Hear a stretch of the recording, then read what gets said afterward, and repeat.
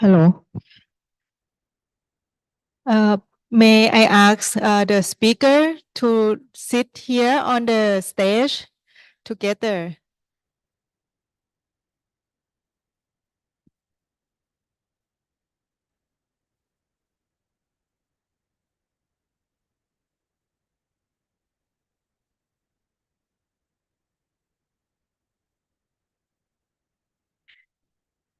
อาจารย์นะคะของอาจารย์1 2 3 4อาจารย์หมายเลข 4ค่ะของอาจารย์เป็นหมายเลข 1นะคะคนแรก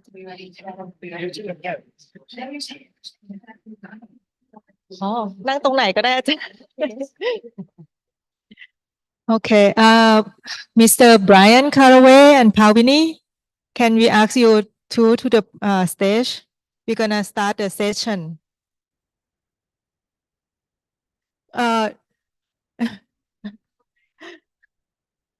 Dr. Kongsak, may I ask you to sit here?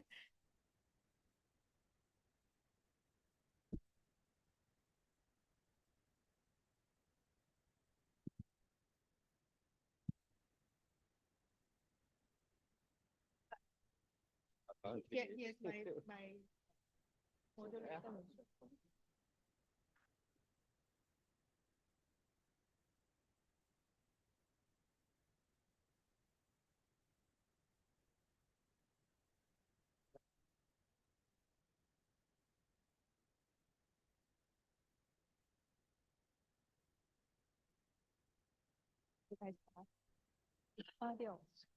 So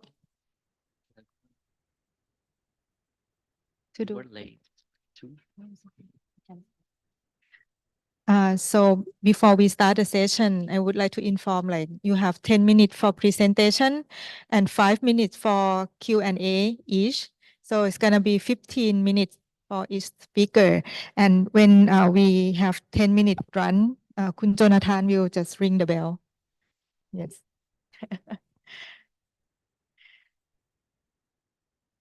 Okay. Good afternoon, everyone. I think this is a good time to start the special session.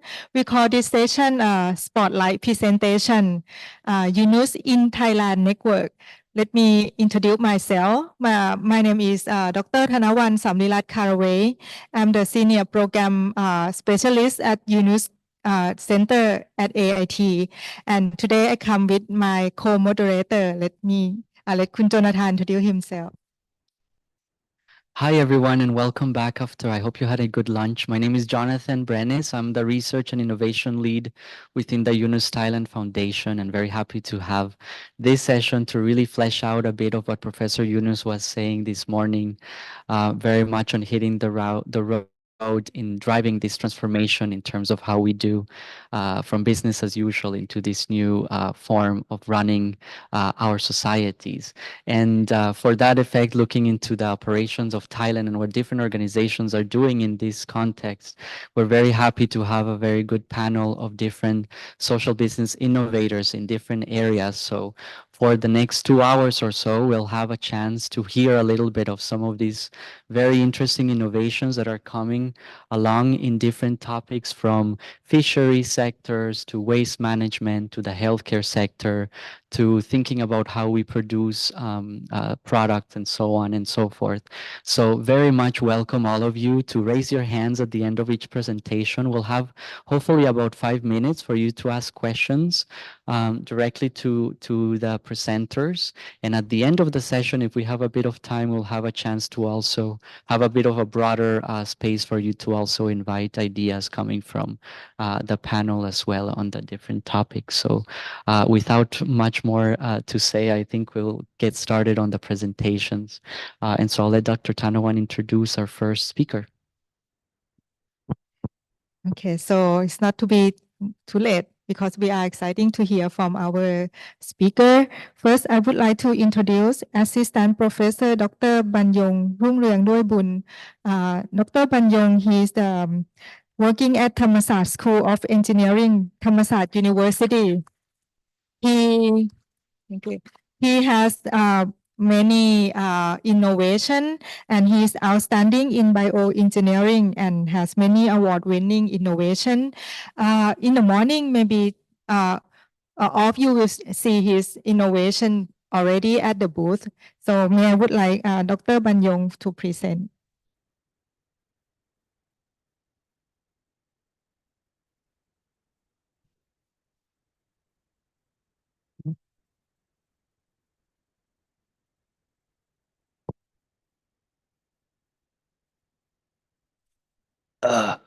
Good afternoon. I'm come from the Center of Excellence in Creative Engineering Design and Development from Thammasat University. ไม่มี PowerPoint ขึ้นครับ It should be show some PowerPoint on the TV, right?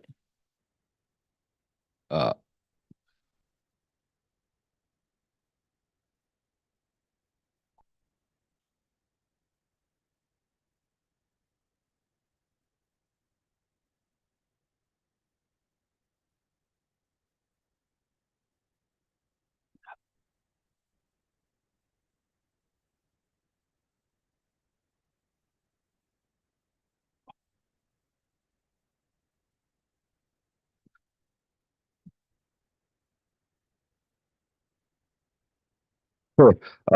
When talking about the rehabilitation, most of us will think about the stroke, right?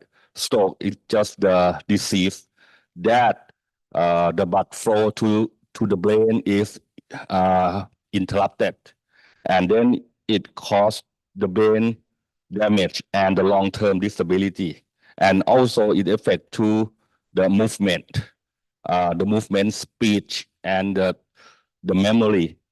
And also it leading a cause of death and the serious disability worldwide. But Thailand is almost 350,000 new cases of every year. And then it's cost about $1 billion for the economic burden.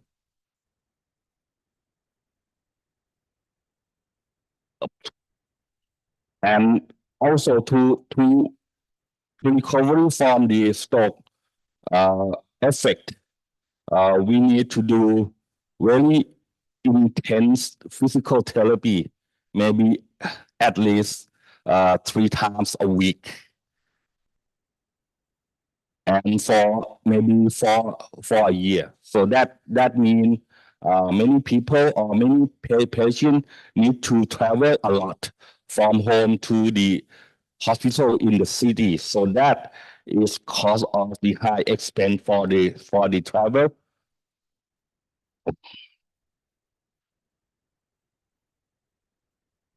And for that expense, most of the patient cannot support it. So that's why many patients live with the permanent disability.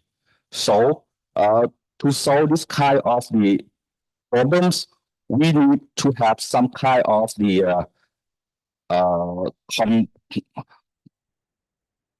community-based rehabilitation center. So to make it happen, we need to invent some rehab innovation that has the distributable price around 10 to 20 thousand $, no more than that. And then you have to be simple to use and simple to maintain, because the people who operate that machine is the village health volunteer, not a doctor or physical therapist, because the doctor or physical therapist come to the center just once a week only. And then for that condition, we already did some innovation for the lower limb rehabilitation. And all of this machine already passed the al- already get the medical device standard, and then it all distribute to the commercial with the our spin-off startup from the center. We start from the manual standing. We'll share this kind of the series innovation. Start from the beginning of the rehabilitation, training to stand, training to sit to stand, and walking training on the machine and walking training on the ground. This is some kind of the video, the example how to use the machine in the real case, real situation.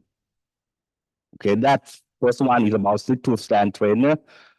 This patient needs to train to make the lower limb muscle stronger, and then after that, they need to get training on the machine with the iWalk. ยืดตัวหน่อยค่ะ And then after that, they have to train to walking on the ground with the partial body weight support walker. We call space walker. And this one is our last stage innovation. After we finish the lower limb rehabilitation, we start to the upper limb.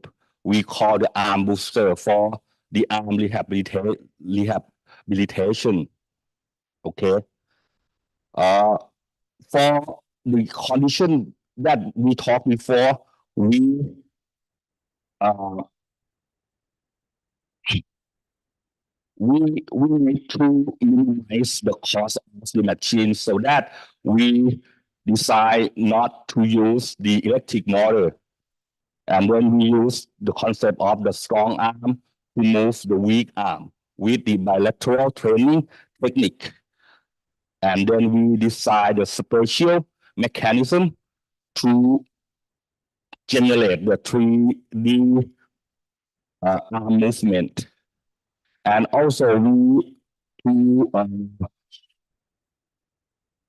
monitoring the weak arm effort, we use the 3D force sensor. This is some kind of the some short video clip to show how the arm booster work. See that the for the upper limb is really difficult to recovery. This one is the first version of our device.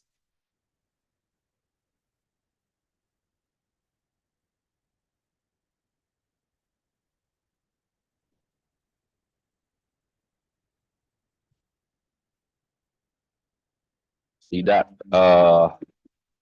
maybe many people just think about some kind of the pulley, right? So that pulley is just only one movement. So this machine can generate maybe 3 or 4 dimension movement for the arm. Can generate the combined movement also.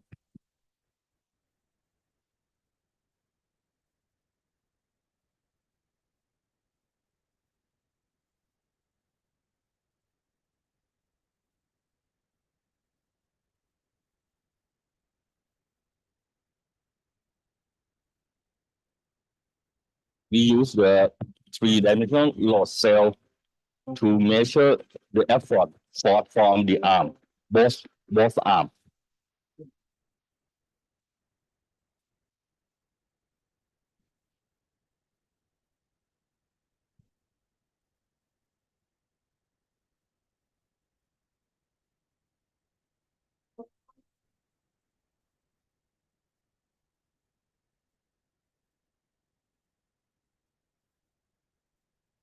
And also right now we try to create the game training.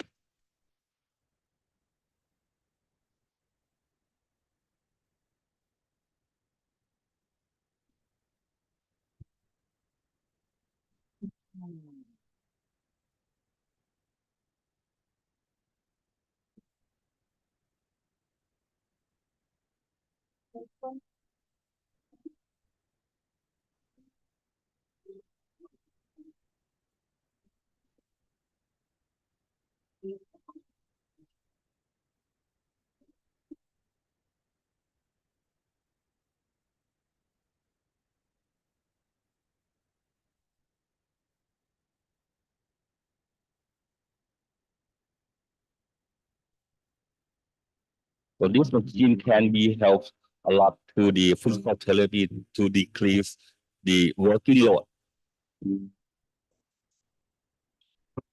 And also we do the clinical trial with the real patient, and the result is very good.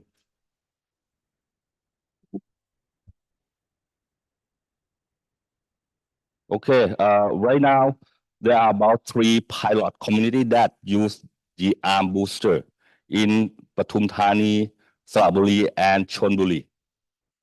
And for more information, you can go to the website, our center, or the YouTube channel. Okay, thank you.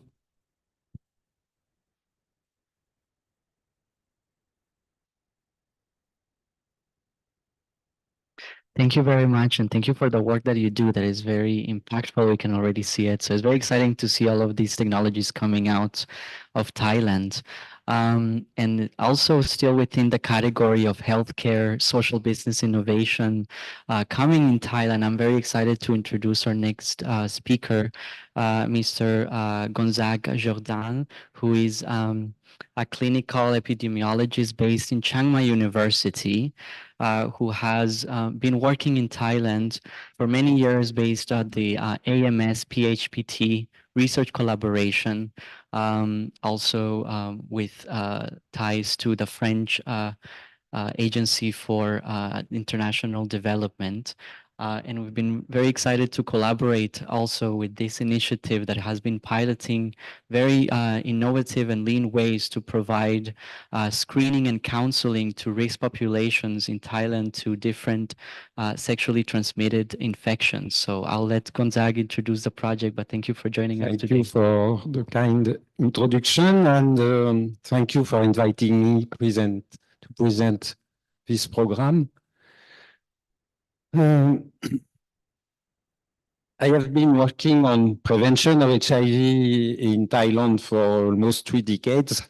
So I am very sensitive to the fact that people who may be infected do not go for testing, because the best news for them is to know that they are positive.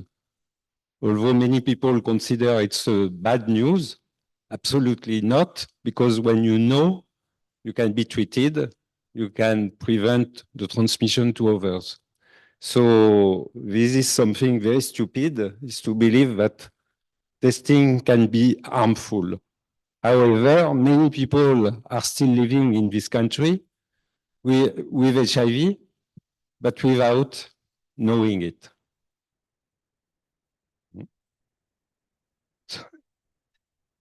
Do I need to open something before? It comes. Okay, so the picture is a few years ago, but you see quickly that for HIV, a lot of people are living with HIV in this region, with also chronic hepatitis C or B. So these 3 diseases are huge problems because people die from it. Actually, they die more from chronic hepatitis B than HIV today.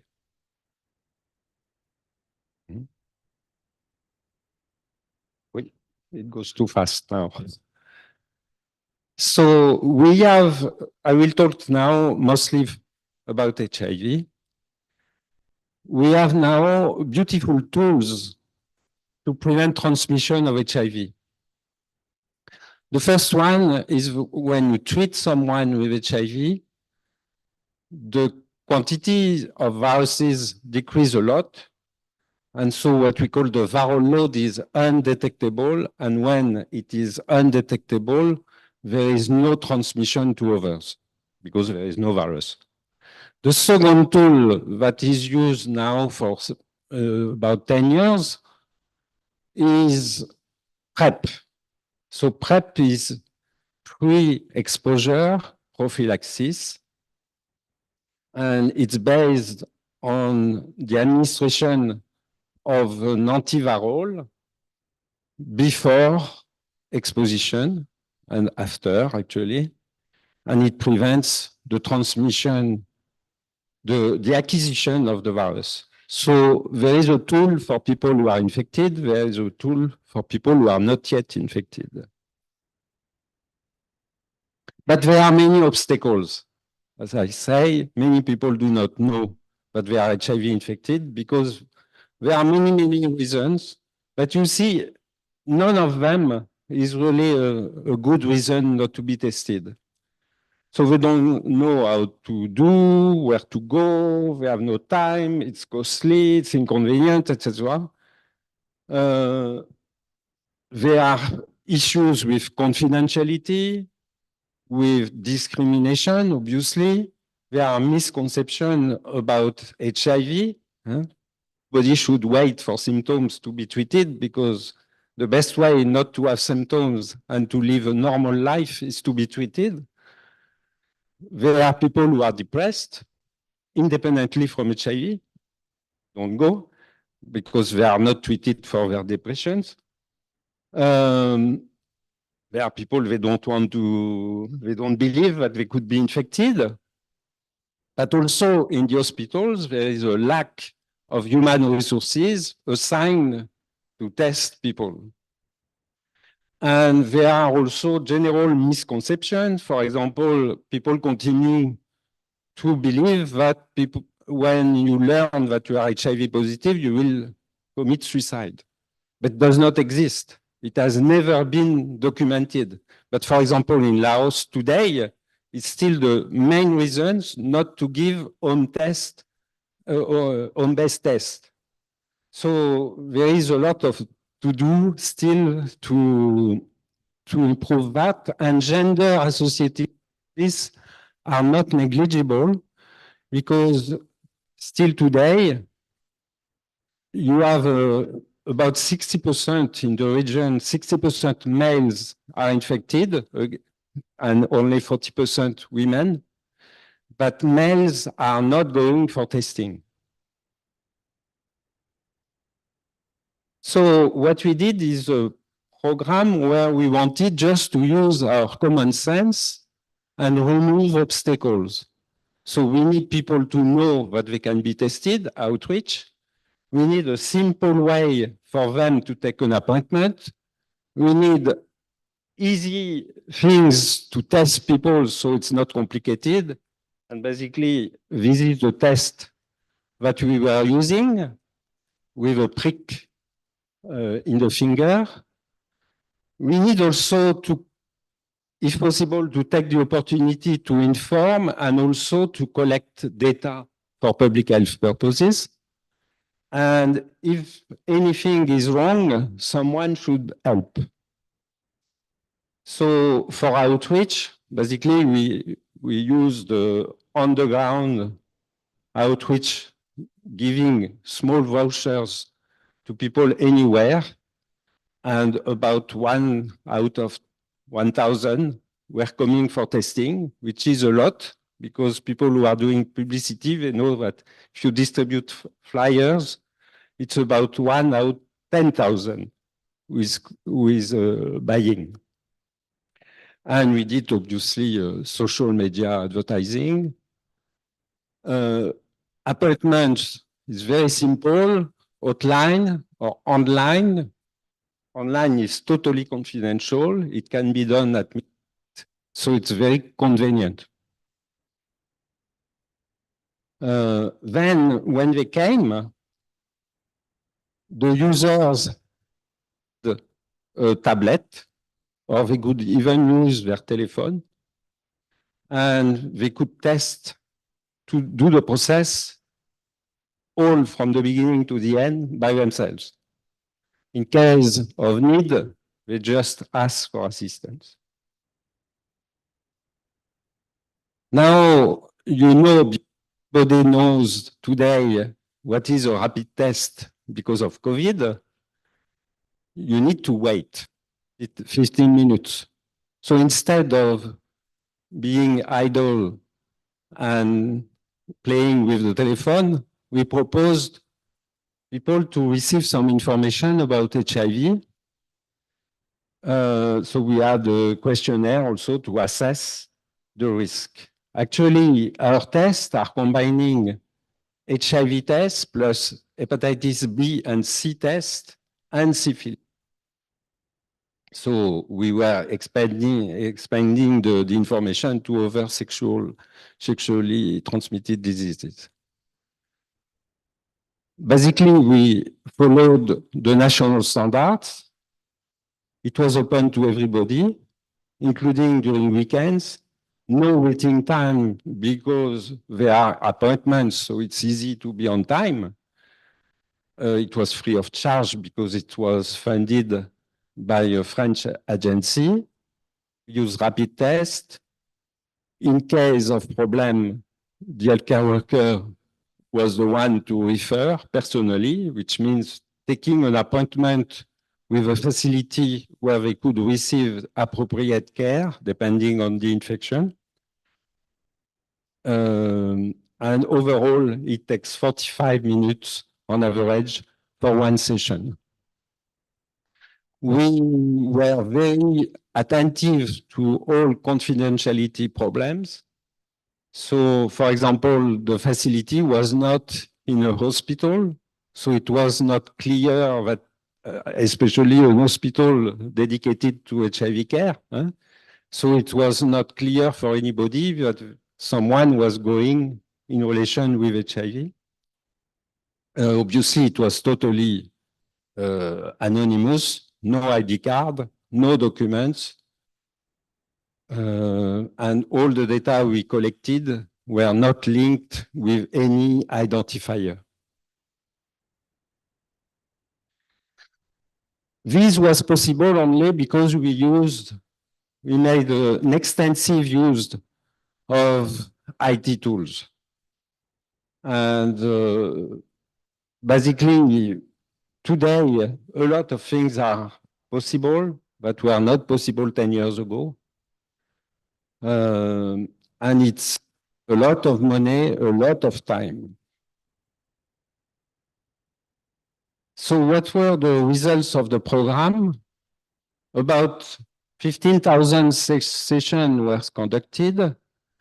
64% of the users have never been tested for HIV. More than 30% of the users had, with high risk, came back for a second, third test later on. The prevalence of new HIV infection was 1.7%, which is very high because the prevalence of people who do not know their infection is very low, actually, in Thailand. So it was maybe 10 or 15 times more than if we had randomly selected people for testing. Initiation of antiretroviral treatment was done without problem because today in Thailand, the treatment is available in many, many places. We could estimate the incidence in men who have sex with men, MSM, at 7%, which is very high today. And the user satisfaction was very high.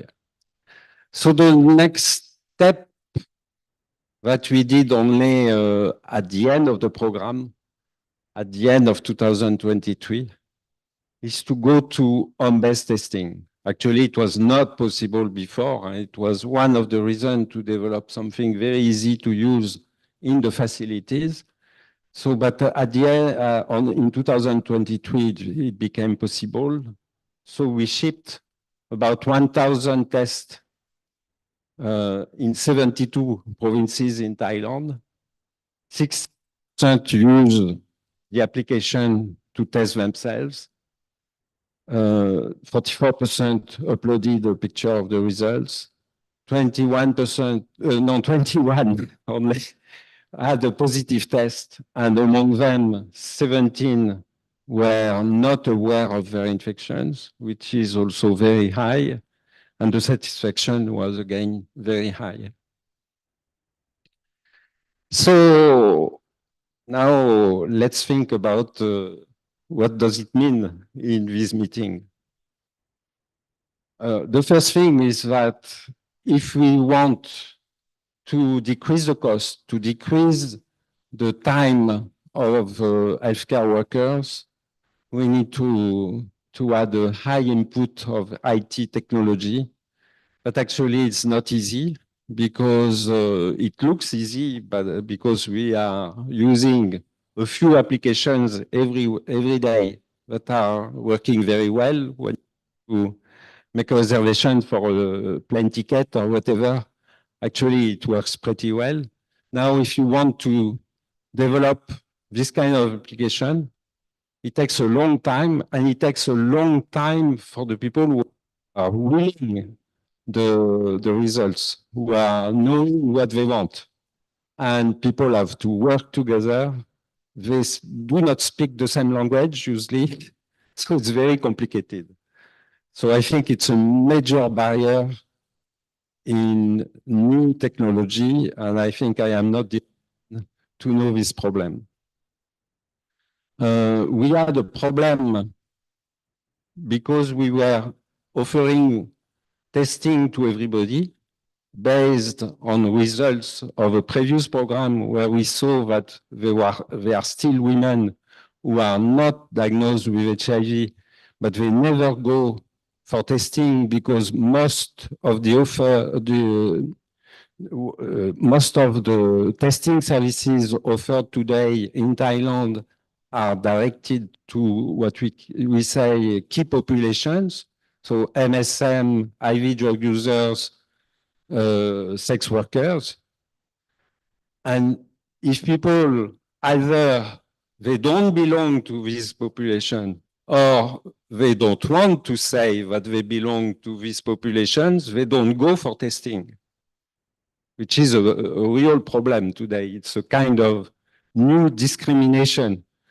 So we decided to offer this service to everybody, but it was not very well accepted. And obviously, the problem is funding. So at the end of the epidemic, we were at the preparation of the new round for the Global Fund funding in Thailand. So we got many organizations in Thailand to propose our system. They were doing HIV testing in the facilities. So it was very adapted to use our system. They would save a lot of money. All of them say no. And we understood that there was a simple reason, is that they get the money from funders to do testing. They don't want to say that they don't need high human resources. They don't want to declare that actually the human resources are waiting for people to come for testing because we have no system for appointments, etc., etc. So actually, some kind of fundings perverse because they are against the improvement of the services. Okay, so we worked with the Yunus Center here, and we came out with a social business guide, which explains very practically how testing can be implemented basically anywhere with this kind of system at low cost. And hopefully, some people will read it. Okay, so this is the picture of some pages, and this guide is available here. And I would like to thank you, my colleague, Yunus Foundation. There is here all the references to the guides in Thai and in English. And I would like to acknowledge the funding source, which was Expertise France. Thank you.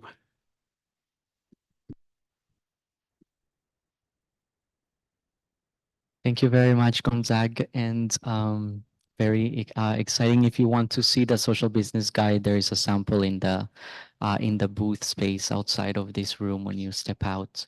And still within the healthcare sector, I'm happy to also introduce one of our co-moderators, Dr. Tanawan Caraway. Thank you.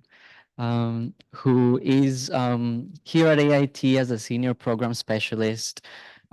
She's an assistant professor, and she's also affiliated with the Yunus Thailand Foundation as the lead of our health activities. But Dr. Tanawan is a medical technologist and has a lot of experience working, following her studies with different organizations, both within Thai government, like the Ministry of Public Health, and developing different guidelines linked to sexual and reproductive health topics, but also working with the World Health Organization, UNICEF, and other more international projects, also including a recent one in Laos. So I'll invite Dr. Tornawan to tell us a little bit of one of the programs to also do screening for non-communicable diseases with using workers that are not exactly medical professionals as another way to reduce the operating costs of delivering people-centered healthcare. So over to you, Dr. Thank you. Thank you, Jonathan. This is going to be first time that I speak and sit so comfortable. Yeah. So, oops, sorry. So, what I'm gonna present today is the work that we originally here at AIT, we call Genki Campus. It's a healthcare, primary healthcare checkup in campus. And then we use this idea and expand the rural area. The area that we first select is in Chiang Mai, in Doi Law district. If you don't know Doi Law, maybe you know Doi Intanon, the highest mountain in Thailand. That community is just at the basement of Doi Intanon. So now it's like they have like highly effort for PM 2.5. And this work that we do is very benefit to the community. So let me brief you like what is Genki Campus. Genki is the Japanese language. Genki means healthy well-being. So at AIT, we aim to be healthy and well-being campus. We use the sensor, like the sensor that you can measure glucose, cholesterol, hemoglobin, and the physical things like blood pressure. And we give the checkup to the staff here and the student twice a year. And what is the benefit for this? But in the picture, it's just like what we do last year.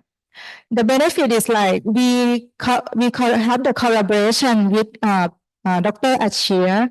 He's in the next session too. He's worked at the Kyushu University and Grameen Communication to develop the software. That this software can analyze and link to telemedicine. So we test the blood of student and staff here, and we make like you can see the circle we call spider web, and also official name is Genki. Genki map. So if, for example, in the yellow one, if the cycle is full, it means that perfect, you're healthy. And if the cycle is like chip inside, it means that is the one that you have to pay attention. For example, you have high blood pressure or high cholesterol. So, and then we categorize into 4 color, like you're familiar with the COVID one, right? So we have green, yellow, orange, and red. So for orange and red, that is the alert. So we connect you with the medical profession, like doctor, and then do telemedicine. So this is what we do in university. Last year in 2003, we expand this work to Chiang Mai in Doi Law. So what is the objective of us? Like we want to help the people at the rural area to fix the problem. What is that problem? Is like first, they don't have any idea that why they should do primary check up like every year, because they don't know what is the benefit. So we educate them, we give them the knowledge that why you should check. Second, even the government provide free testing to everyone that are Thai population, but they have to go to the hospital.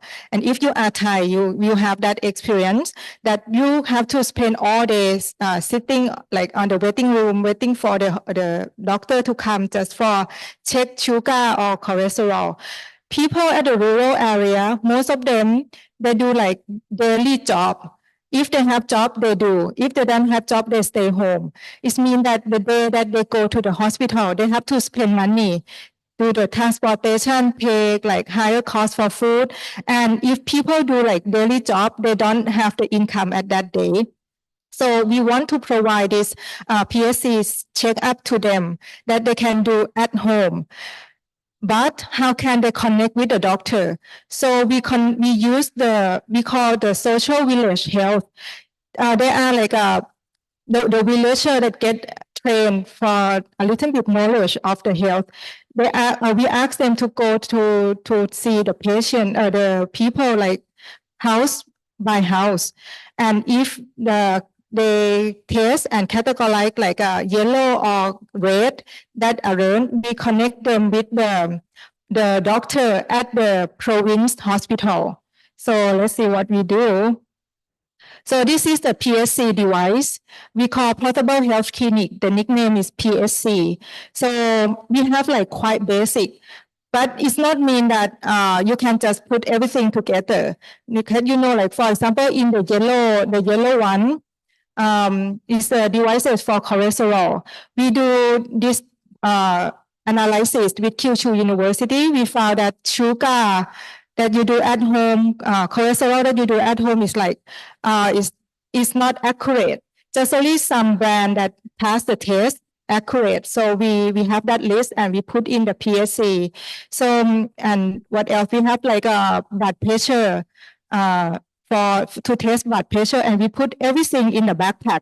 In the Japanese, the original, they do like a suitcase and go to every home. But for Thailand, it's easy because people use motorbike.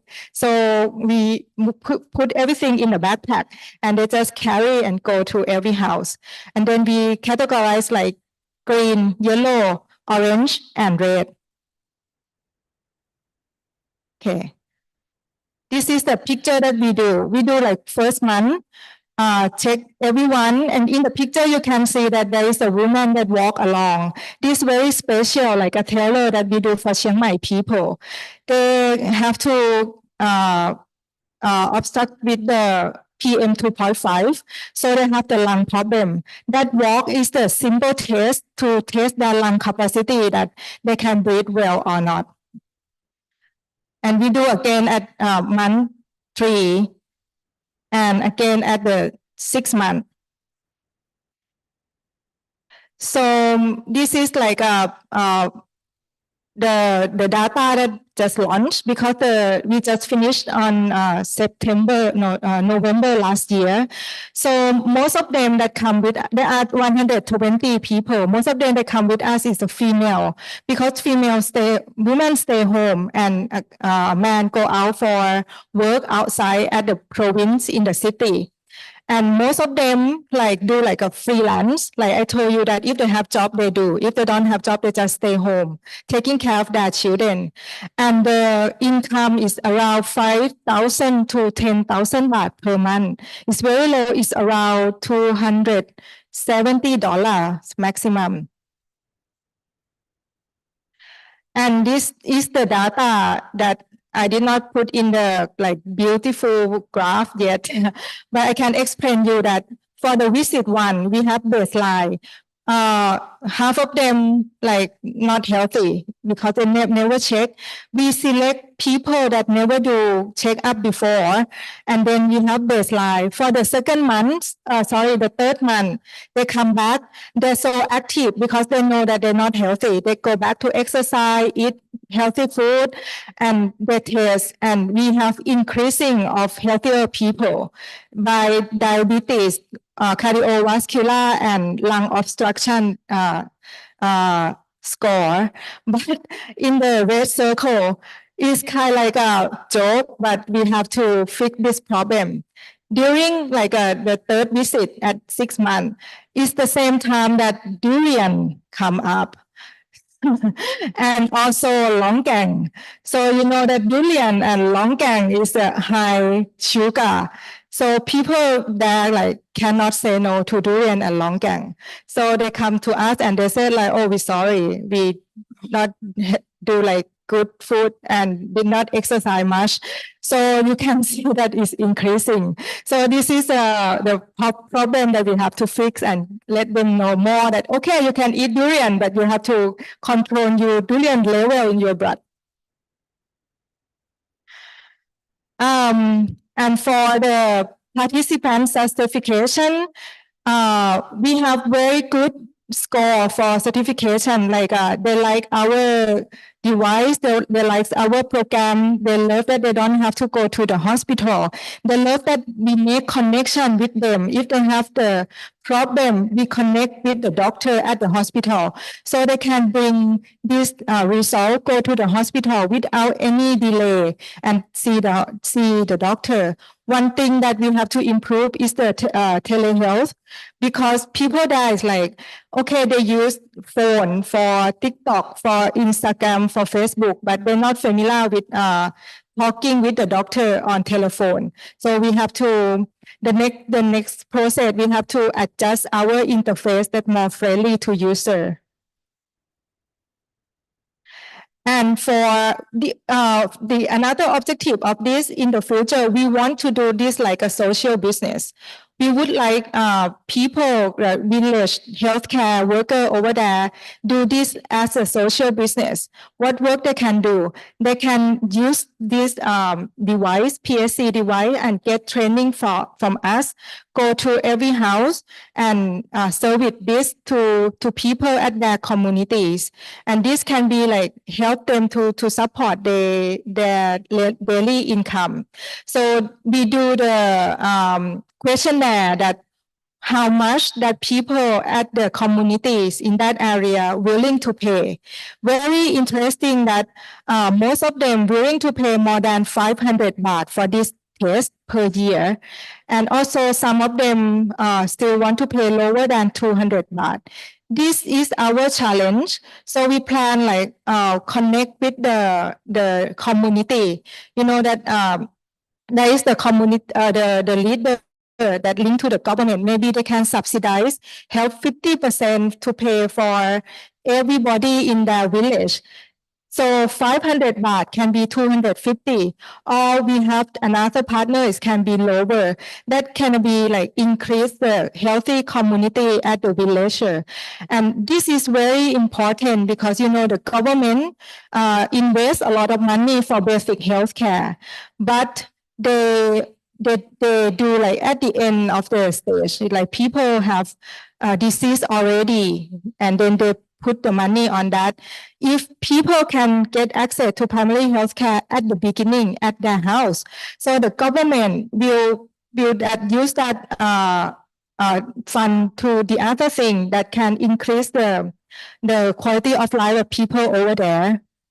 I think okay, so this is the application that I said already. So in social business model. So this is a picture from Kyushu University study that Grameen Communication do in Bangladesh. So the lady that have the suitcase, she's the healthcare worker. And in the future, UNIS Thailand, they do microfinance. So maybe I can link this program to the microfinance program of UNIS Thailand to give microloan to the village health worker to go to every house and increase the healthy and wellness in the community. I think I have all. Thank you. Thank you. Thank you so much, Dr. Tano. And as we heard earlier, healthcare is one of the key areas where you see social business creating impact. But now we're going to shift a little bit away from strictly human health and more into environmental health, which, as we know, has very direct ties to our own internal well-being, physically speaking. But I'm very excited also to think in different ways by hearing some of the case studies that are coming here, and hopefully you'll begin to connect the dots in this nexus of human and environmental well. Speaker is Dr. Kansadan Bunrap, who is from Kasatart University and has been working on material innovation. We know that the chemical sector is about the third largest subsector in the chemical production and producing a lot of greenhouse gas emissions and also tied to other environmental topics. Dr. Has been working on innovating on glue and color material preparation stemming out of what would otherwise potentially be food waste, which is fish skin. So very happy to hear a little bit more about the work that you've been doing, Professor. Thank you so much.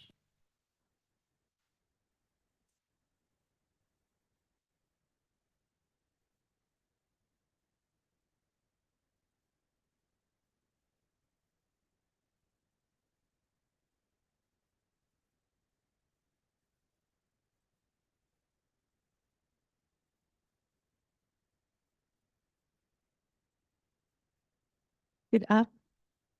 Can you hear me? It's okay. Hello.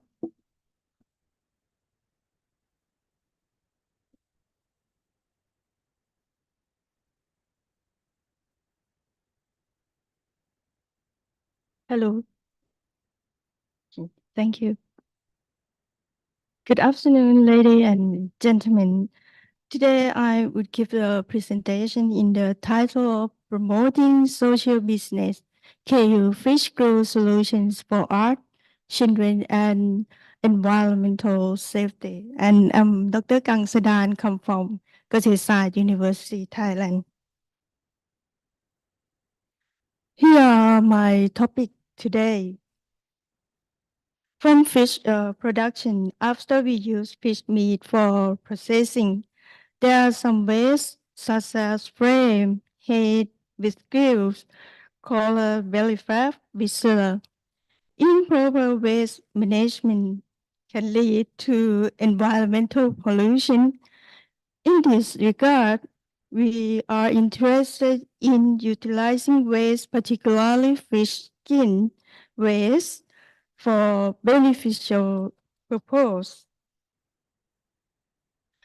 For fish glue solution for art, children, and environmental safety, from the fish skin, we extract the collagen to yield the fish glue, and this we gain the Thai petty patent. And next, for the application of fish glue, the first is the KU fish Holland poster color, and the other is KU fish glue stick, and this we gain the Thai petty patent also. This is our product, the fish glue from fish skin. Fish glue from fish skin, you can see the process. The fish skin was extracted to be the crude collagen. And what is the innovation of them?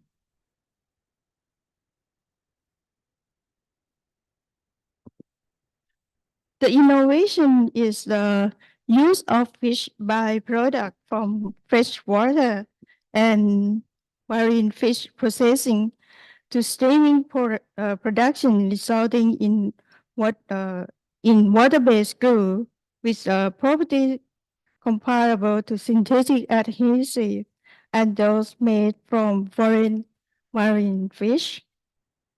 And how about the product? What are the specific of the production?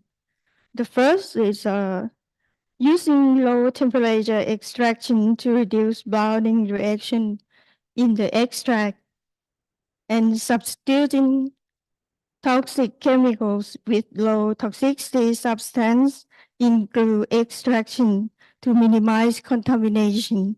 And the last, enhancing specificity by improving adhesion, strength, and speed through adjusting acidity level.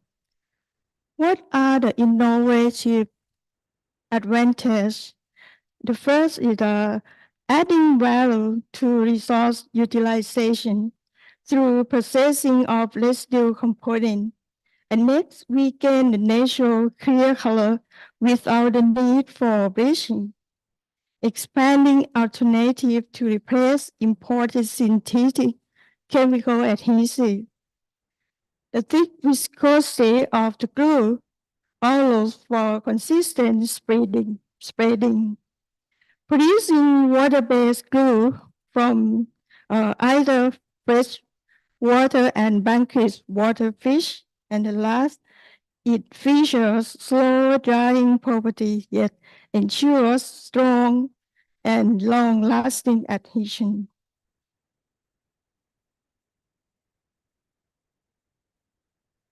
This is the first our application to save KU fish halal poster color derived from fish glue. Some watercolor paint necessary for studying art pose a risk to children, as certain type may have low quality and high levels of contamination. They may contain synthetic chemical components and adhesive, potentially harmful to children aged 3 to 6 years if accidentally ingested or exposed to. This could lead to abnormality or health risk. For the solution, we need safe, high-quality watercolor paint for children, equivalent to commercial-grade paints made from natural materials, reducing pollution, waste, and utilizing byproducts from fishing. For the inspiration behind the innovation and business operation. The first, the children are the future of the nation, seeking safety through the use of natural-based color equivalent to in quality to commercial paints. The second, we want to continue the innovation of fish skin-based water through pipetting pattern. The format or method of application for utilizing the work for business purpose. The first, we want to use it for utilizing it as a halal product, eliminates consumer demographic limitations due to product characteristics, and then make it should be suitable for children aged 3 to 6 years and used in artistic individual requiring poster paint such as drawing, and the last year suited for consumers seeking safety in paint usage environmentally conscious individuals, and this aiming to avoid pollution from product manufacturing. And the last, we want to create an environmentally friendly product that promotes sustainability by utilizing leftover from the fishing industry to increase the value of fish skin, reduce waste and pollution from aquatic animals. By incorporating fish skin glue into art project, it enhances paint adhesion efficiency on dam surfaces while ensuring user safety.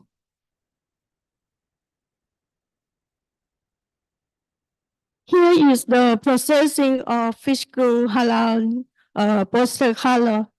From the fish new tilapia, we gain the fish skin, and then we extract the collagen or the glue using the acetic acid, and then we mix with the castor flour, acetic acid, baking soda, and natural color and or food color, and then we use the product. This is the characteristic of the product. The invention is a viscose liquid with a natural colorant derived from sources like butterfly pea flower, turmeric, beetroot, and additive enhancing adhesion to writing surfaces. It utilizes natural fish skin glue instead of commercial chemical adhesive. All components being organic and biodegradable, ensuring user safety, particularly for children aged 3 to 6 years, with a performance equivalent to commercial poster color.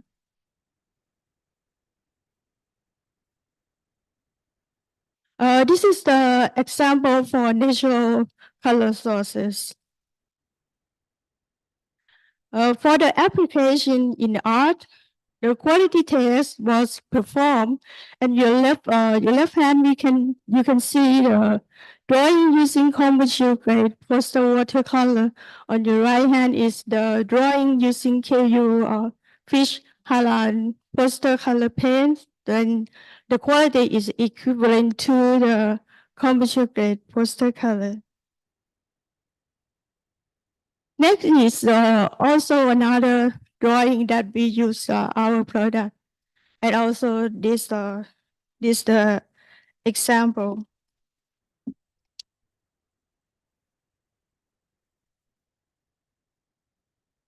This group of pictures show the signature of our university, such as Nunsi flower, Nunsi bush or tree, the official colors representing each faculty at Kasesa University.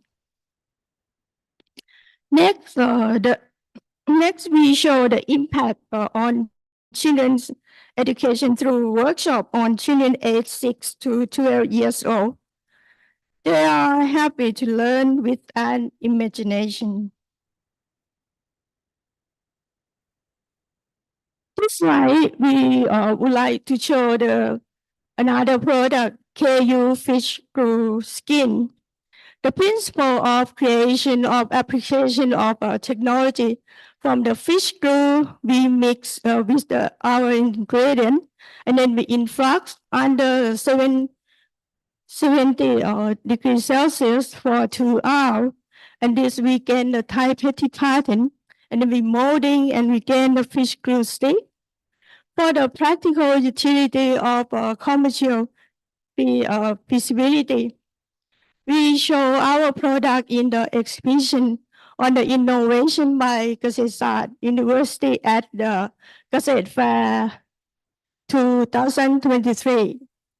There is a significant interest in participating in the product trial with the potential to sell more than 500 units.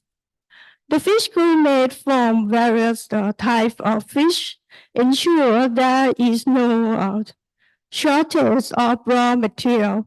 Additionally, this glue stick is environmentally friendly, making it commercially viable. And for the clear commitment to social and environmental friendly, they are in the following.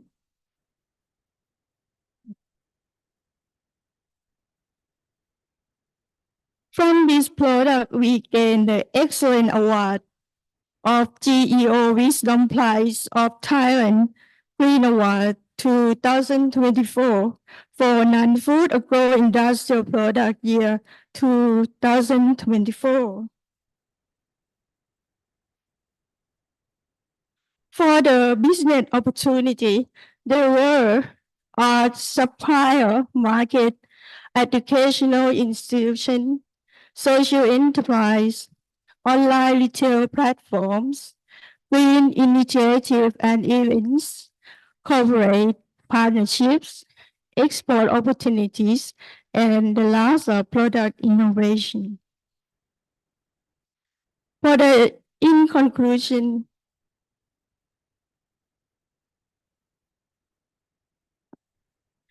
conclusion, KU Fish Glue present a compelling solution that not only address the challenges of traditional adhesive production, but also contributes to social and environmental well-being.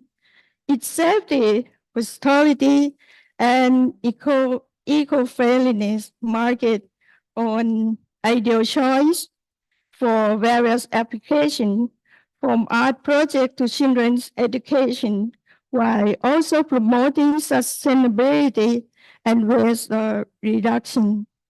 As we move forward, we encourage you to join us in embracing sustainable solutions like KU Fish Crew, wherever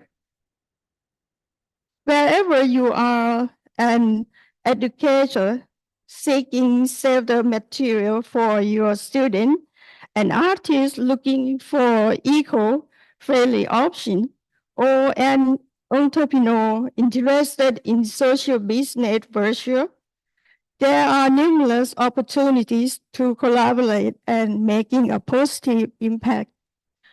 Together, let's continue to innovate, create, and build a better future for our children, our community, and our planet. Get involved today and be part of the movement towards a more sustainable and social responsible world. Thank you a lot for your attention.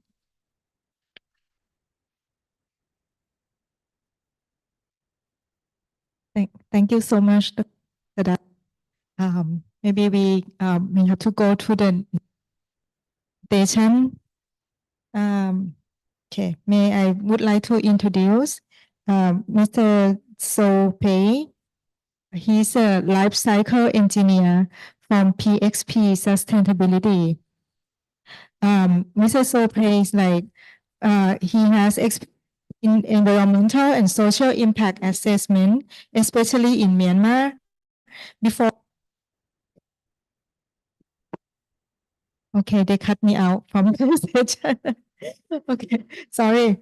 Before Mr. Sopay, he joined with the PXP. He do research in the environmental impacts of rubber product following the EU product environmental footprint guideline.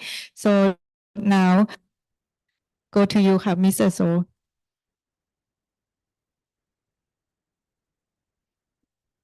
Thank you. Thank you for the introduction. My name is Sopye, and today I'm going to talk about how we can guide responsible business practices through life cycle thinking. So before we start the main topic, I'm going to give you a little bit of introduction to the organization where I'm currently working, and then I will continue to what life cycle thinking is and why it is important for responsible businesses. And then I will give you more examples of using life cycle thinking in responsible business models. Oops. All right. So PXP is a consultancy that conducts research, analysis, and organizes events for businesses, nonprofit organizations, and development agencies in Asia and Southeast Asia. We help our clients measure sustainability and create insights to support decision-making, planning, and advocacy.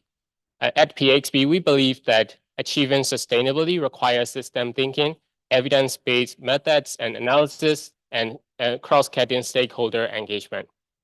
So we can answer your questions about sustainability and guide your organization through the understanding of the root causes of challenges so that you can make better choices for our planet and society. So at PXP Sustainability, we offer three major services. First, the qualitative assessment. We help our clients measure environmental impacts and financial analysis using the methodologies such as life cycle assessment and life cycle cost analysis.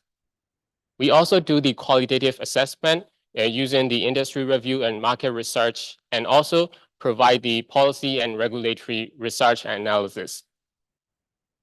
And we also help our clients organize training and stakeholder engagement workshops and manage and coordinate sustainability-related events and programs. So enough with the advertising, and let's go back to the main topic. So what is life cycle thinking? So life cycle thinking is an umbrella concept that considers the holistic view of the product or service or process. So using the life cycle thinking, we can avoid burden shifting, minimize the impact at one stage of the life cycle or at one geographical location or one impact categories. And then we can look beyond the short-term decision making, incorporating the impacts throughout the supply chain of the product or system. So there are different tools that uses the life cycle thinking as an umbrella concept. For example, like life cycle assessment method, life cycle cost analysis, and social life cycle assessment. So let me give you an example of using life cycle thinking in life cycle assessment projects. So in the first picture in the yellow box, you can see that that's the comparisons of tailpipe emissions from different types of vehicles. So in this comparison, you can see electric vehicles, EV, does not emit any carbon emissions during the use phase of this type of car. Compared to other type of cars like conventional vehicles, they emit a lot of tailpipe emissions. So this is a snapshot of the use phase of different types of car.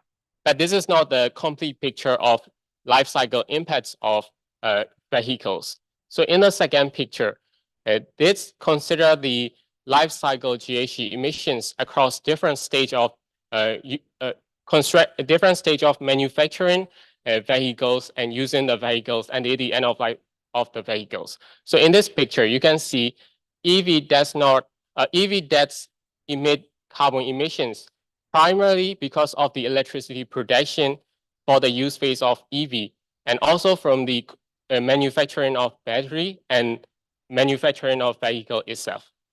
So if we don't consider the life cycle thinking, and we only focus on the use phase of the vehicles, and we compare the environmental impacts of the use phase, we don't get the complete picture as in the first picture. So when we consider the life cycle thinking, and we include all the life cycle impacts of manufacturing, using, and end-of-life phases of the EV, you can see that electric vehicles contributes to the GHG emissions in its life cycle. And in this second picture, you can see that electricity consumption or electricity production for the electric vehicles is the significant categories of the GHG emissions. But this scenario can also vary across different countries because of the electricity mix in those countries. In the third picture, you can see India has the major contributor of GHG emissions from the electricity production. Why? Because of its coal-based energy mix. But for the countries like Sweden and Iceland, they have the renewable sources of electricity mix, and which contributes to less to the carbon emissions of the life cycle impacts of the EV. So this is why life cycle thinking is important, to consider all the life cycle stages of a product or a system that we study. So let me give you another example. Who loves chocolate? So if you are a chocolate lover, you are probably responsible to the environmental and social impacts of these issues. For example, chocolate industry is linked to a number of environmental and social impacts. For example, greenhouse gas emission. So the greenhouse gas emission of chocolate ranges from 2.9 to 4.2 kilograms CO2 equivalent per kilogram of chocolate. In terms of water consumption, 10 to 17,000 liters of water is used to produce 1 kilogram of chocolate, compared to 1 kilogram of beef require only 15,000 liters of water, and 1 kilogram of tomatoes require 214 liters of water. So this is a huge gap between production of 1 kilogram of chocolate and 1 kilogram of other food and vegetables. And in terms of deforestation, so 70% of illegal deforestation in Western Africa is related to cocoa farming. Cocoa is the resource for producing of chocolate, and in these Western countries, living income of the many farmers are still very low, and they are still living in poverty. And there, what's worse is there are a lot of child labor. 2 million children were used for hazardous labor, such as pesticides and herbicides in these cocoa farming. So it's clear that chocolate is linked to a number of environmental and social issues.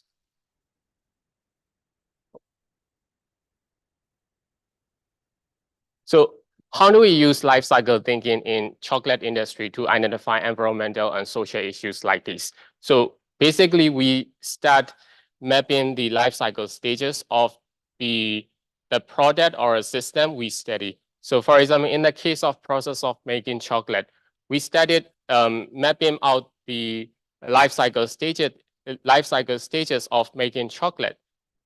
So you can see here in this picture that there are different stages of making chocolate. So this is not even the complete life cycle of chocolate, because it does not include any end of life phases after you consume the chocolate or waste generated from the chocolate.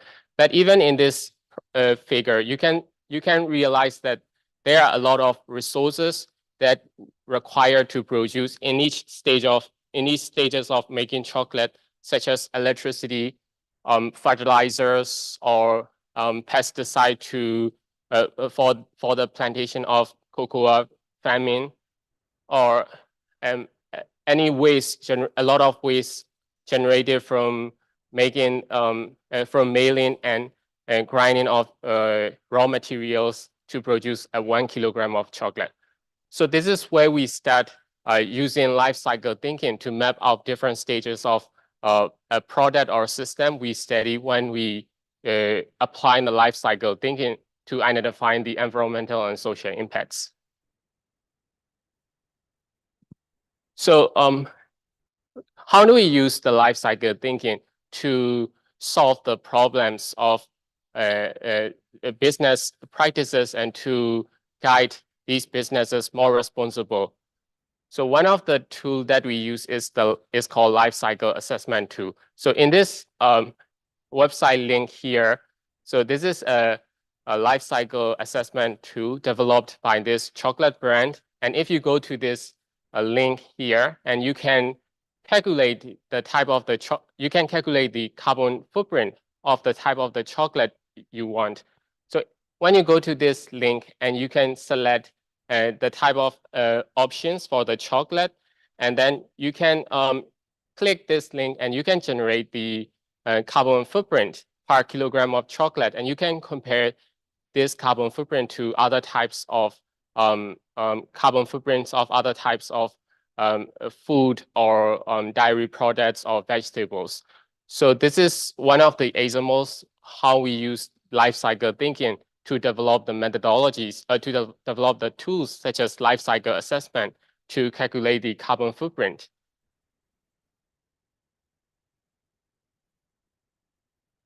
So there are also other applications of life cycle thinking in the real world, for example, like cocoa certifications in chocolate industry. So cocoa certifications refers to cocoa that has been officially certified by the certification body as for meeting particular standards using the life cycle thinking approach. So they show whether this type of cocoa it meet the same standards, such as safeguarding human rights, improving agricultural practices, reducing deforestation, and even ensuring better conditions for cocoa farmers. So using these certifications, the producer and the stakeholders can encourage the chocolate manufacturers and retailers to make the progress to meet these sustainability practices in their companies.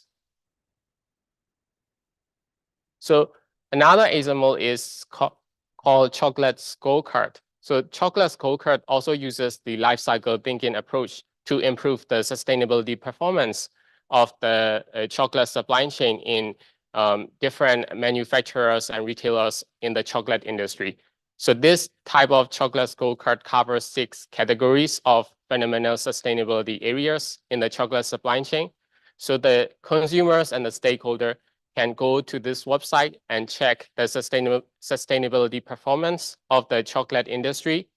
And then they can see that how well these companies are doing to make the progress of the sustainability performance in each indicator. So this is one of the great examples of using life cycle thinking in guiding the responsible business practices in the real world. So we have seen many examples of and applications of life cycle thinking in sustainable and responsible business practices. So there are three key takeaways I would like you to remember. The first is the holistic perspective of life cycle thinking. So it considers the entire life cycle of the product or service we analyze, and it helps identify and mitigate the environmental and social impacts at every stage and promote these responsible decision making. And the second is the efficiency and optimization. So by analyzing the life cycle of the product we study, we can identify opportunities for efficiency improvement and resource optimizations. So this can lead to reduced waste generation, energy consumptions, and emissions, so that it can result in cost saving and enhance the competitiveness. And the last one is the risk management and innovation. So understanding the life cycle process of the products along the businesses to anticipate and mitigate the risks associated in each life cycle stages of their supply chain. And then it can also help the producer to develop more sustainable product process or business model in alignment with the regulatory requirements. So this is the end of my presentation. Thank you very much. Thank you very much, Mr. So. Very interesting that next time if possible, we're gonna have like a chocolate score and we can go to supermarket and select the product by the score of environmental and sustainable. Thank you very much. For the next speaker, they come like, so I have to do more job to introduce two people. So first, I would like to introduce Mr. Brian Caraway. He's circular economy lead at UNUS Thailand, and Ms. Pavini Sethi, she is education lead at UNUS Thailand. So at UNUS Thailand, like we cut the cake, like in the morning is like 15 years of UNUS Center AIT, and the 5th year of them in Thailand for UNUS Thailand. So today they gonna show us what is the Waste Hero education and what is the Waste fiction. So please, Mr. Brian and Pavini. Thank you. Hello. All right, that works. Hello, everyone. I'm Brian. Thank you for being here today. So as Nok had mentioned, Pavini and I both here are leading an education program called Waste Hero. Waste Hero, with the aim to educate as many students possible globally around the concepts and principles of zero waste and developing circular economy entrepreneurs.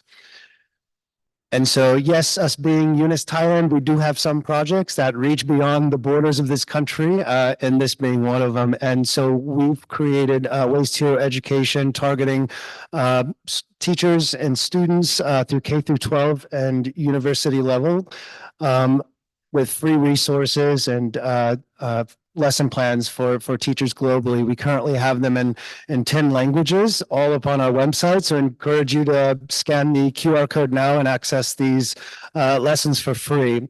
And so we currently have 5 languages on the website now, but we'll have 5 more here by the end of the month. So this is pretty exciting with, truly reaching as many people globally as possible with these resources. And so kind of as Professor Yunus was saying earlier today, we really kind of want to disrupt, I guess, the classroom to some degree. I haven't phrased it quite in those words, but that's very much what I think the approach is with Waste Hero Education, is that we really want to get students taking action and genuinely not just regurgitating how many tons are entering the ocean of plastic, this, that, and the other, but really identifying the root causes of these problems and trying to identify practical solutions, not just globally, but maybe at the school level in their community more tangibly. And so we've created these resources also to really make it very easy for teachers to incorporate this into different learning disciplines. And so really the development, and I'll get into this a little bit more about how we've made these very turnkey in the sense that a teacher could literally just go to the website now, download it, open up the PowerPoint, and they're fully scripted. So we really try to handhold educators who maybe aren't so comfortable with these topics to really get them to use them. So we're at year 3 now with this project, and the first year was pretty much the development of the materials themselves. And so the first couple months, we really had to develop a methodology around how we would approach building these lesson plans. And rest assured, we didn't do this in isolation. So one key point is really just to showcase this methodology of developing these lessons.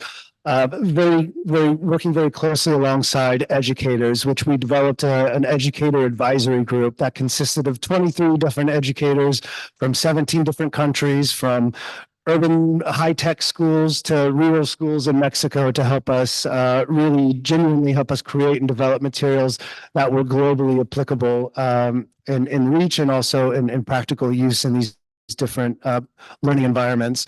And so we do have a corporate partner as well, Indorama Ventures, who also helped us with more of the kind of recycling expertise inputs into the lessons. So again, this being globally applicable in what's happening, in recycling in Thailand, it needs to reflect the same in what's happening in Europe, because these are very different contexts, but there are some fundamentals that do apply to both. And we used our outreach networks to basically test then the prototypes that we had in these different schools through our EAG. So yeah, just to kind of underscore the point that we weren't just doing this in our little office in Thailand, we really had a global approach to its development. And so again, who are we targeting? Of course, young people. I think that's why we're all here. I think we want to inspire young people to take action, but really I think the kind of prototypical student that I had in mind was like your Greta Thunbergs of the world, where she's just fed up, she's ready to skip school to go out there and take action.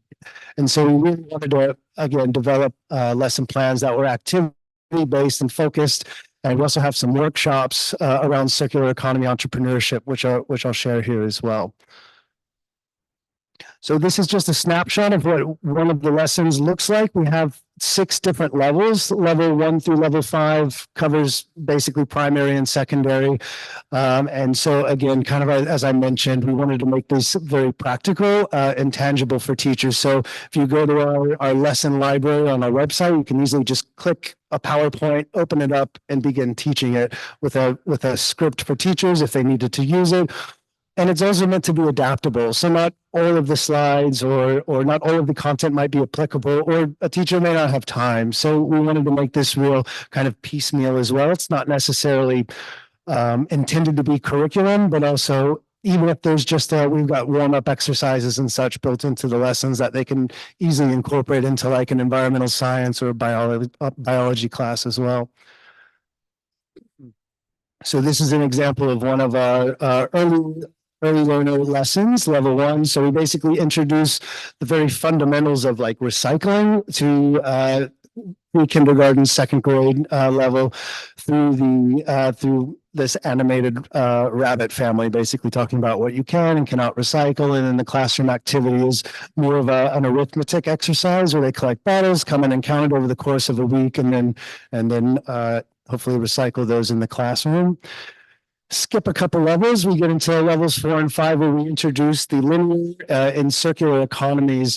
But we really tried to do this these are complicated topics. So we really tried to find simple illustrations and how best to introduce these topics, which are, new to a lot of adults as well. And so in the picture on the right, talking about life cycle mapping, just as we just heard the presentation before, we really break down what a linear economy looks like in these kind of 4 nodes of a value chain. But where can we build in and think about these opportunities of reuse, recycle, remanufacturing, and not just ending up in a disposal or landfill. So getting people to kind of see it's beyond just what you see in your school or at home. Of course, I think design thinking has been brought up a couple times in a few presentations today, but very much applicable with waste and thinking about identifying who are our beneficiaries, who's the target audience, and any kind of intervention we want to deploy, and we prototype and then move through this iterative process. And so I remember when I was in school, I was never introduced to design thinking. So I think at these levels of middle school, high school, it's a great opportunity to get them thinking this kind of iterative process. And so again, one approach is really getting students taking action, not just in classroom activities, but meaningfully in developing a social business concept around these around circularity. And so we've developed some tools around problem solution analysis, how to properly mind map, down select good ideas and bad. And then we took the traditional business model canvas. Business model canvas is simply just like a snapshot of a business on a sheet of paper. But in the 3 red circles, we included 3 components of circularity. So what's your circular value proposition? What's the end of life solution for your product or service delivery model? And why is this innovative? And so again, we're really trying to get students to meaningfully think about these problems, the root causes, and trying to develop solutions in the classroom and at home. And so I'll pass the rest to Pavini. Thank you. Sorry for slow going. Don't worry. Try to make my part short. But free goodies, who doesn't like free goodies, right? So hopefully these are very practical resources that yourselves as educators or youth organization leaders can use and apply to educate and equip the young generation. But apart from developing these materials and making them fully available online and disseminating them across various different networks and partners of ours, we also collaborate with several partner organizations to run events, competitions, workshops, and more to really meaningfully engage students and educators with these materials. So I'd like to share a couple examples of things we've done, which could be inspiration and ideas for potential collaborations for some of you in the room as well. So last year, in collaboration with Waste Hero, our partners from, this is a long name, the Siamia Regional Center for Sufficiency Economy Philosophy for Sustainability, or in short, Siamio SEPS, along with Indorama Ventures and other partners, basically organized a Waste Hero competition. So this consisted of 3 different components. One, they held a master teacher training course to train educators across the ASEAN region on how to use and apply the Waste Hero materials in the classroom. And then this was linked to the second component, which was a Waste Hero challenge, which invited schools, students, and teachers to share their best practices of integrating waste and recycling education in classrooms, as well as outside of classrooms within school and university contexts. And last but not least, there was also webinars and an award ceremony that invited all the stakeholders from the competitions, along with also education ministries and school administrators, to really share these best practices. So it was a huge success. We had over 608 teachers involved, representing more than 433 schools, and also engaging over 10,000 students. Oh, my God. So here are some pictures and examples. The top row shows you some pictures of student submissions, which were in the form of videos, where they shared their ideas of how they're implementing zero waste initiatives within their school context. There were some really exciting and creative ideas that were shared. For example, building task force within schools where they can implement zero waste activities. There were also some that invited students to bring reusable bottles from home to reduce waste in the school context, as well as upcycling kind of waste into different products that were used in schools and as decoration, as materials for classrooms as well. And then on the bottom, you can see the award ceremony that was held here in Bangkok, inviting winners from the other categories as well, the school and teacher categories, who received wonderful and beautiful upcycled Waste Hero Awards. And of course, we also collaborated with the Eunice Network in these initiatives. So last year, we had a really great collaboration with the 3-0 Club Network, which you heard about from Professor Eunice in the morning. But we really wanted to empower these youth groups that are part of the 3-0 Club Network to build or refine effective and sustainable zero waste projects. So we did a workshop with the network, kind of introducing some of the tools and methodologies and concepts around zero waste that they can apply in building their projects. And we also held mentorship sessions with clubs to really help them in that process of designing and building their projects. Not only that, what was exciting is we built a Waste Hero 3-0 Club manual. So this is a fill-as-you-go editable manual that 3-0 clubs can use to build and refine different aspects of their project. So this was made available to all clubs that were interested in the topic. Again, what youth come up with when enabled and empowered is really, really impressive. So these are just some examples of what we call Waste Hero 3-0 clubs. And I won't go through all of them, but just as an example, eProtech is a 3-0 club in Malaysia that is basically upcycling electronic waste, which is causing, huge harm in our environment, into jewelry products, which they sold. There's also a club in Ethiopia that turned waste materials into smokeless charcoal that is also low carbon. And there's a club in Malaysia, for instance, called Plastico that is upcycling plastic into useful products like coasters, containers, and so on. So you really see that young people are full of creativity and potential, and when enabled and empowered, they can do so much. But one particular story that I wanted to share, which was really exciting, is a club called Paper Reverse that joined our workshop and then also followed up with various mentorship sessions after. At some point, he mentioned he wanted to join Holt Prize competition, but was a bit nervous. He wasn't sure. He asked Brian and I if we could be his mentors or some of his mentors for this competition. Of course, we agreed happily and supported them in building the pitch deck for the competition. And just around a month or two ago, we got news that he won the national competition in his school in Malaysia. So that was really quite exciting. And again, sheds light on what can be done and achieved. When we give amazing networks that can be supportive, like the 3-0 Club Network, along with resources and guidance to these young activists. And we've really been holding our excitement here in announcing the next big thing under the Waste Hero Education Project, which we'll be implementing in collaboration with the Eunice Network, with Eunice Center, with 3-0 clubs, along with other huge youth networks, including SDSN Youth, along with the Local Pathways Fellowship, as well as ASEC. So if you allow, I want us all to do a bit of a drum roll together to announce the official launch of the Waste Fiction competition today. Let's do a big drum roll. Ta-da! Okay. That was as exciting as it gets. But today we're very, very happy, along with Professor Eunice and the teams and around the world here, to announce the launch of our Waste Fiction competition. So this is kind of building off the huge success of the social fiction competition, which the Eunice Center held a few years ago. And of course, like Professor Eunice mentioned this morning, right? Any change starts with imagination. It starts with thinking of a new world and building a new path towards it. And that all starts from creativity and thinking of something outside of the box. When you think of some of the world leaders today, like Elon Musk, they grew up reading science fiction, right? So we thought, why not apply this concept to waste?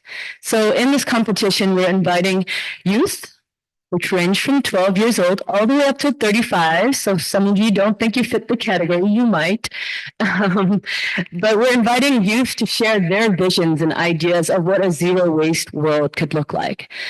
And because that's such a big question, we're honing it down to really a school and university context. So what would it look like? What would your day in 2050 look like at AIT when it's completely zero waste? What do you do before school, during school, after school?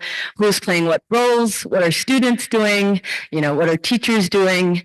And we invite ideas that are as crazy as possible, right? The wildest ideas. This is all about unleashing creativity of young people. And we believe this will set the North Star and kind of a goal that all schools and universities can then take actions to reach with youth empowerment and youth leadership at the core of it as well. So very happy to announce this. There'll be rewards for winners, monetary rewards up to $1,000 in value, as well as certificates. Top submissions will also gain capacity building opportunities to really then start being these zero waste champions at their schools and universities. And we're not just going to take these and leave these insights. We really intend to incorporate these into strategies to actually build zero waste campuses and schools across the world. So I end it as that, but we invite you all to collaborate with us. We are very friendly people, if you haven't, or at least if you can't tell. And we all our work is really as strong as our partnerships go. So if you have ideas of how you'd like to collaborate, please reach out to us. We have a booth outside. Use the materials if they're relevant. Please share the opportunity of waste fiction competition to youth in your network or students in your network. And let us know if you want to do any collaboration beyond that. We're very happy to chat further. Thank you so much. Thank you. Thank you very much. But I feel so sad that I'm too old for this competition. I bet I'm gonna win. I can say this because I'm too old. Okay. Now we shift from the world of zero waste to the world of zero hunger. I think we're gonna end at very good sequence. Like you can imagine, like after this session, this evening you go back home and you can have a nice dinner. But there are many people that still hungry. Today we have Kasim Javed. He is the CEO and co-founder of RIS and director of RIS Knowledge Hub at AIT. So up to you. Thank you, everyone. Thank you, Dr. Salman. So, can you start off with a video? Yeah.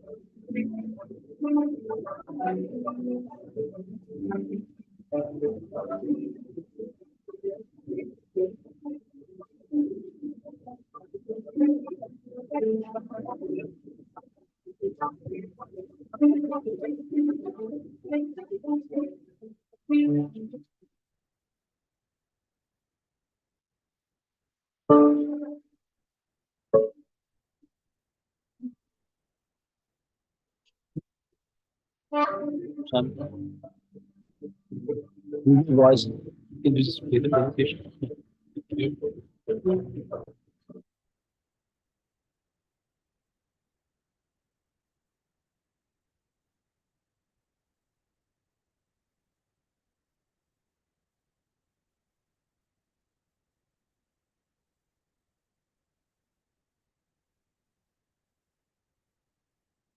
Hello everyone, my name is Qasim Javed and I'm the CEO and co-founder of Risk. We are an organization working in Pakistan since a good 9 years and we have a vision of sustaining human lives.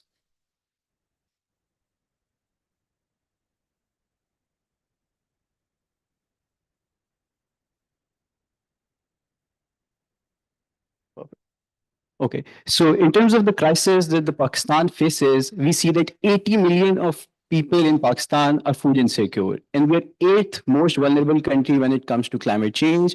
We come 99th on the global hunger index, and whereas we see 30% of the entire food produced in the country is wasted, and we have an average yield gap of 50% in terms of what our yields are right now and what we can achieve. So what we're trying to do is we're trying to create a network of social businesses to tackle all these issues to achieve zero hunger. And how are we doing so? So we are working around 5 major areas. The first area in which we are working is sustainable agriculture and livestock. The second area is food and nutrition operations. The third one being community support operations. Fourth, we focus a lot on advocacy and volunteerism. And fifth, research and advancement, which is our latest addition. So we have multiple projects ongoing in these 5 major areas of work, starting from sustainable agriculture and livestock. So we work with smallholder farmers in Pakistan as they are our bedrock for our food security, and we have introduced an input-based microfinancing program in which we give the farmers inputs, input-based financing and agricultural advisory services. So we're working with around 500 farmers right now and on an area of 3,000 acres. With around $1 million of revolving fund, which we have revolving around 500 farmers. Interestingly, we have seen an increase in 35% increase in the yields of these smallholder farmers and a 100% recovery rate. Moving on, Risk Breeds. This is our livestock-focused social business, which is focused on female farmers. So what we do is we give female farmers livestock and we have buyback agreements from these women farmers. Currently, we have empowered 100 female farmers, and just last year around, we supported 57 farmers by sourcing 392 animals from these female farmers. Moving on, in terms of efficiently managing our operations, we are developing agri-service centers in these different zones in different regions where we are working for better efficiency to be given to these farmers through machinery, inputs, trainings, better rates and informations, and lab tests, and much more. Along with that, where we develop the agri centers, we are also developing model farms in which we are piloting with different regenerative agricultural practices, in which we are experimenting with permanent raised beds, mulching, optimizing the fertilizer inputs, and we're seeing some fascinating results. Results like if we decrease the fertilizer by even half, we can achieve the same yields, we can get 100% water increase in water productivity, and we can decrease the carbon emissions by 88%, which is something very fascinating. And we're scaling those efforts here in Thailand, and we'll take these efforts across the region. Then in terms of our community support operations, this is a very integral pillar and something very close to our heart. We work, we've set up these Aftar Dastakhan, these all across the country, and especially across the holy month in Ramadan across Pakistan in the Muslim world. So we just work with vulnerable communities and feed them in times of crisis. Moving on, this is an initiative from which Risk started 9 years back. As 3 college students, we wanted to channelize excess food from the farm to the folk, and this is our project through which we have channelized 2 million kilos of food we have saved from different parts of the overall food supply chain. Along with that, we also have a very comprehensive emergency response program in which we respond to natural disasters and calamities whenever they come all around the world. And up till now, we have done 5 major relief missions. The first one was in COVID-19 back in Pakistan. Second one being in Afghanistan when the American forces withdrew from the country. The third, floods in 2022 when we hit Pakistan. One third of our country was under rain. Lastly, we were conducting Turkey earthquake relief mission back in 2023, and right now we are conducting the Palestine relief project in Palestine. So risk eco housing. So this is a project that came into being through our flood relief efforts in Pakistan. Hundreds of thousands of people lost their homes. So what we realized was that these people have very interesting local indigenous knowledge through which we can rebuild their homes just by local indigenous material, and we've developed 2 communities. 100 households have been given these basic shelters. We're trying to scale this program, and in the second phase, we'll be developing 1,000 household shelter for 1,000 households. Food and nutrition operations. This is something really close to my heart, as this was my focus area in terms of the social business of my Venus Professional Masters. We have developed a mega kitchen facility through which we're trying to cater the problem of food accessibility for the masses. So this industrial kitchen has a capacity of cooking up to 20,000 meals per day, and we have linked that up with a micro franchise food cart model. So these micro franchise food entrepreneurs actually buy food from this mega kitchen and sell it off to the consumers. So currently we are in the operations of having 10 carts, and 2,000 meals are being sold every day, with every cart serving around 200 meals per day. In terms of advocacy and volunteerism, we have lot about youth-based activities, youth-led movement, and how change begins at the classroom. So we share the same passion and share the same vision. We are mobilizing the youth for a better tomorrow. We work with a lot of young people across the country, and we have 24 active chapters. And these chapters are working along the same lines in terms of creating zero hunger campuses. And we have 800 active students right now. These students have conducted more than 50 events all across the country. So they are really helping us in taking the mission forward of a zero hunger country.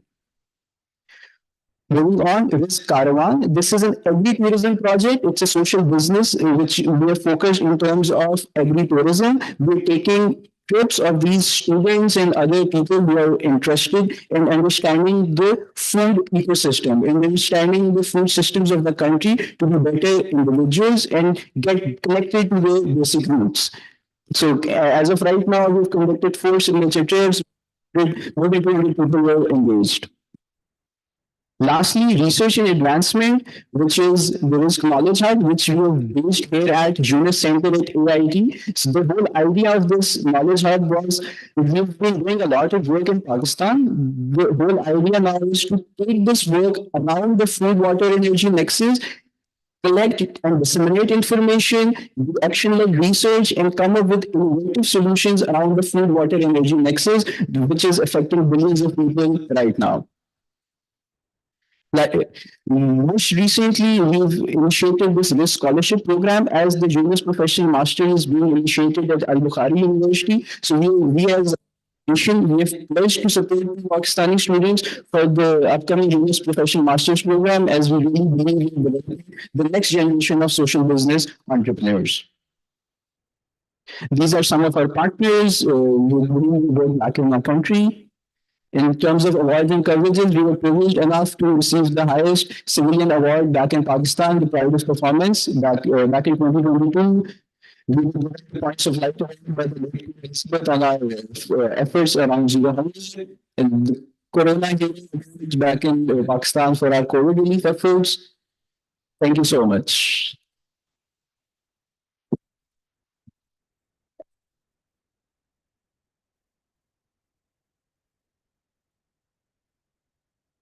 Very much, Kasim.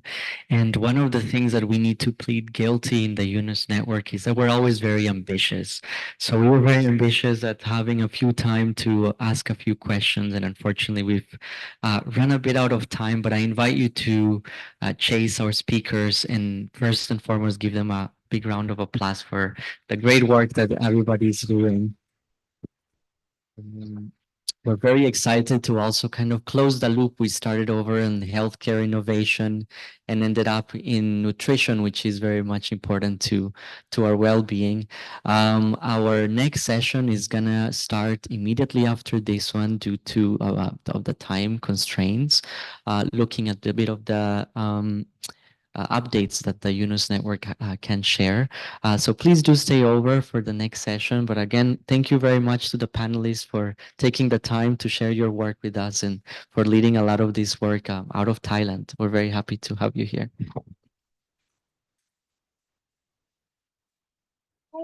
So yes, maybe we can take a photo of the speakers before we move on to the next session.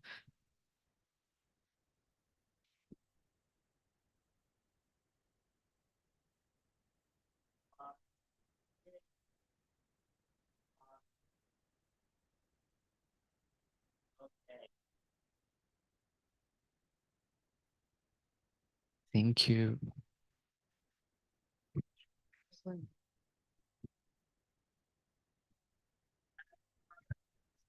Yeah. Of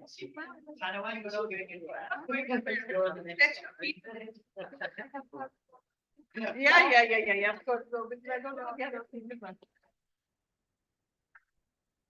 The where's the MC? MC. Okay, it's not letting me invite.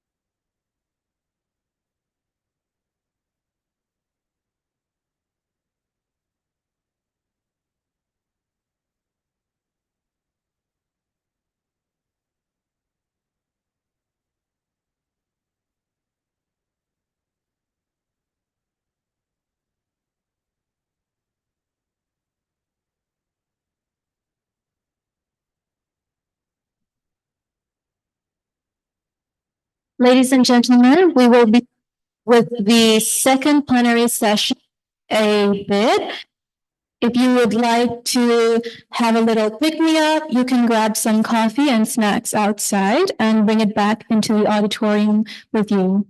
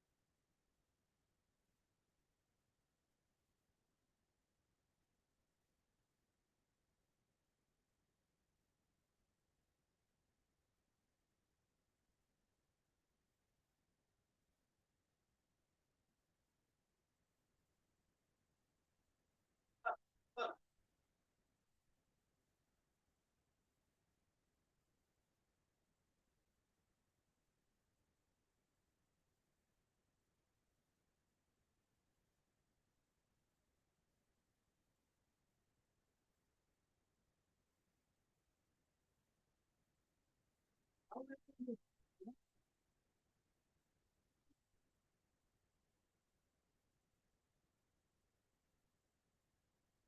you have to bring all the panel.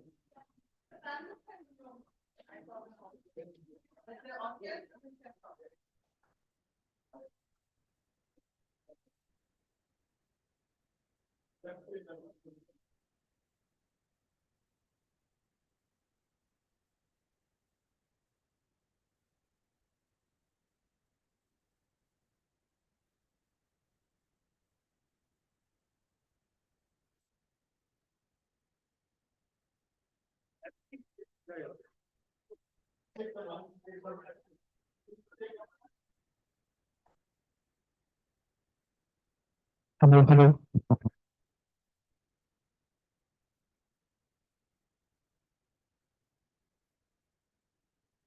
Hello, hello, hello.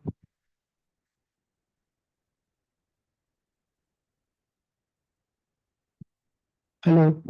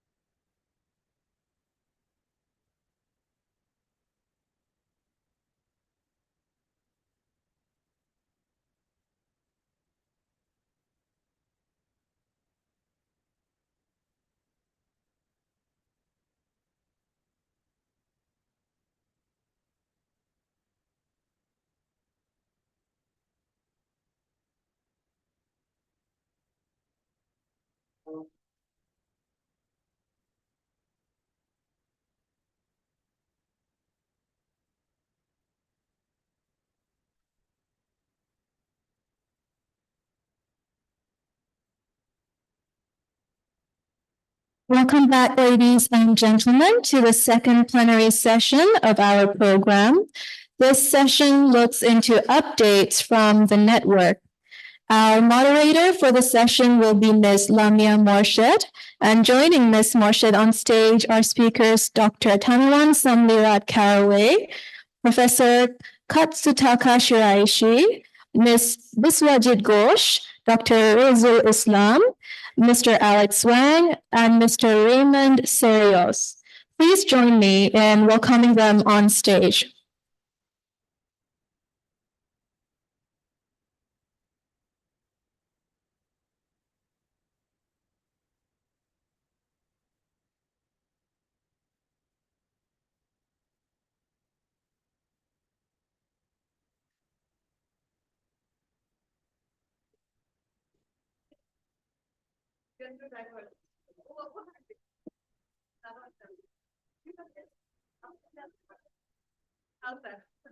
Yeah, you're in the middle. We tried to make it wider. Where is it?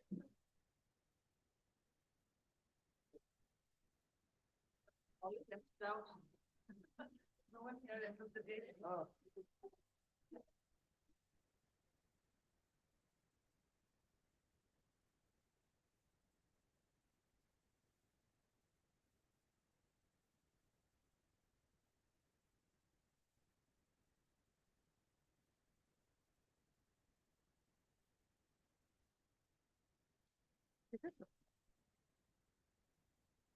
So I can maybe start with the actually. For me? Yeah. So should we start or should we wait for a few more people to come in? Sadia? Oh, okay. Are we starting or do we wait? Zina? Okay, maybe some of you can come to the front if you'd like. Just.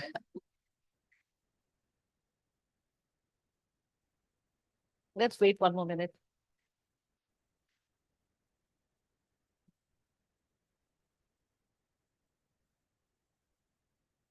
You must be tired. She's been in last 2.5 hours in the last session. Yeah.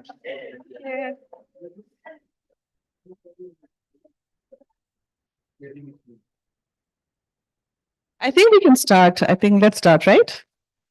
Okay. Welcome to the session. This is a session actually that I moderate at every social business academia conference. It's the update from the network. So normally what we have is updates from some of the older YSBCs, some of the newer YSBCs, with the aim of cross fertilization.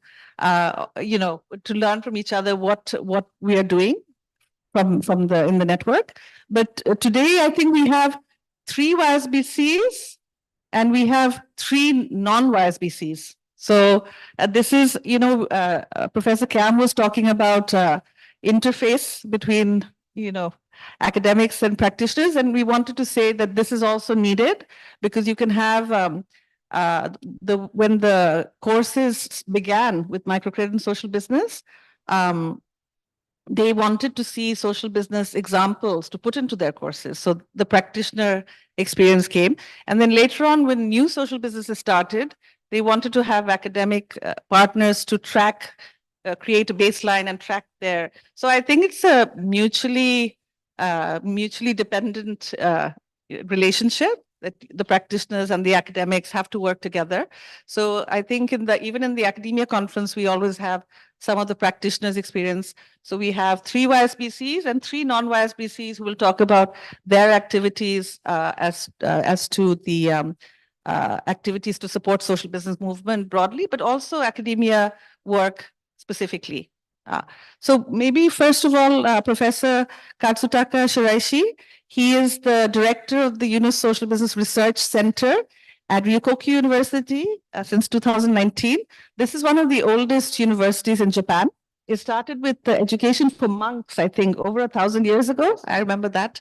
And we signed the agreement at Yunus Center in Dhaka in 2019. So please, why don't you tell us what you do through your Yunus Social Business Center? All right. I'd like to use a small presentation. It's just a little bit time I spend. Could you show me my presentation on the slide on screen? Yes, from Japan. Sure. No.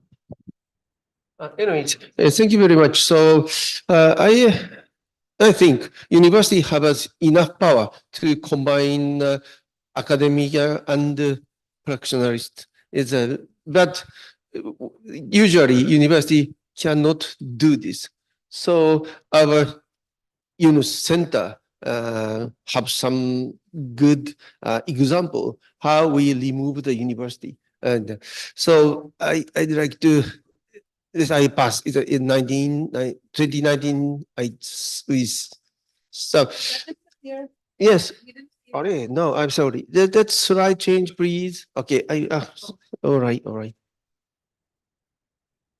Okay. Oh, all right. This one, no. Okay. So, Ryukok University, usually, at first, we declaration and move to excursion. So, for example, a common neutral declaration to year 2022, also SDGs declaration. And this year, we declare new nature positive. And also, we always include students.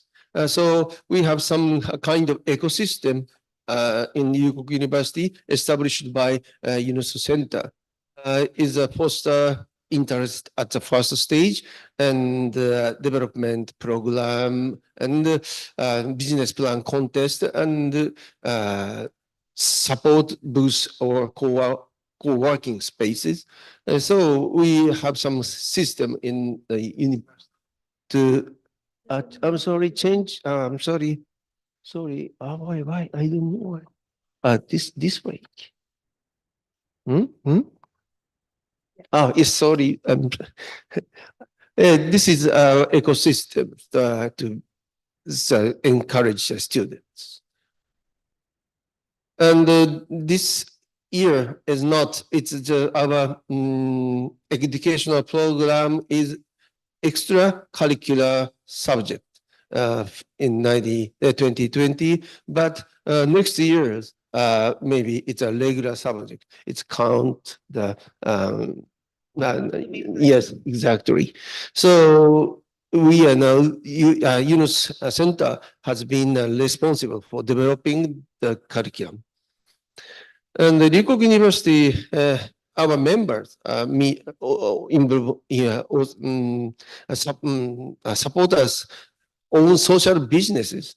For example, Ryukok Solar Park, we have so many budget to invest to be built these facilities. And yes, I always, why? Yeah, no, it's, yeah. Yeah, that's what. Oh, yeah, I understand. In bad direction I have. So this is the one of the example. We have 3 mega solar facilities, and also the university side we have the one. So revenue from the electricity sales, we use the money to support the activists in community. And finally, so all the electricity used at the Ryukok University to be 100% renewable energy last year. So it's a second university in Japan. And 40% come from our own electricity and own power generations. And the other one we bought from the market. And also we have a social business certification system in our region. And first, we involved 3 Shinkin local banks, now developed 6 Shinkin local banks, and territory expanded now. And so 1,000 more, yes, 37 organization and the company now as a certificate is a kind of ESG management company. And the final our news trial. So Kyoto city of Kyoto built one huge building in near to the Kyoto station. So co-creation hub Kyoto, we call it a tentative name. So Ryukok University, Osaka Gas Urban Development Corporation, and Kyoto Shinkin Bank have organized the co-creation hub Kyoto consortium to carry out this project. So we will manage all these 8 floors buildings. So for example, in first and second side in question, Kyoto Ekimae is support local entrepreneurs. And the third to fourth floor, our Ryukoku Unlimited Lab, we foster human resources who will lead social change and value creation. And this big building, Center will be in charge of implementation on the Ryukoku University side. So now we want to develop our training program and our investment and our academic disciplines to the citizens, activists and entrepreneurs in Kyoto area. Thank you very much.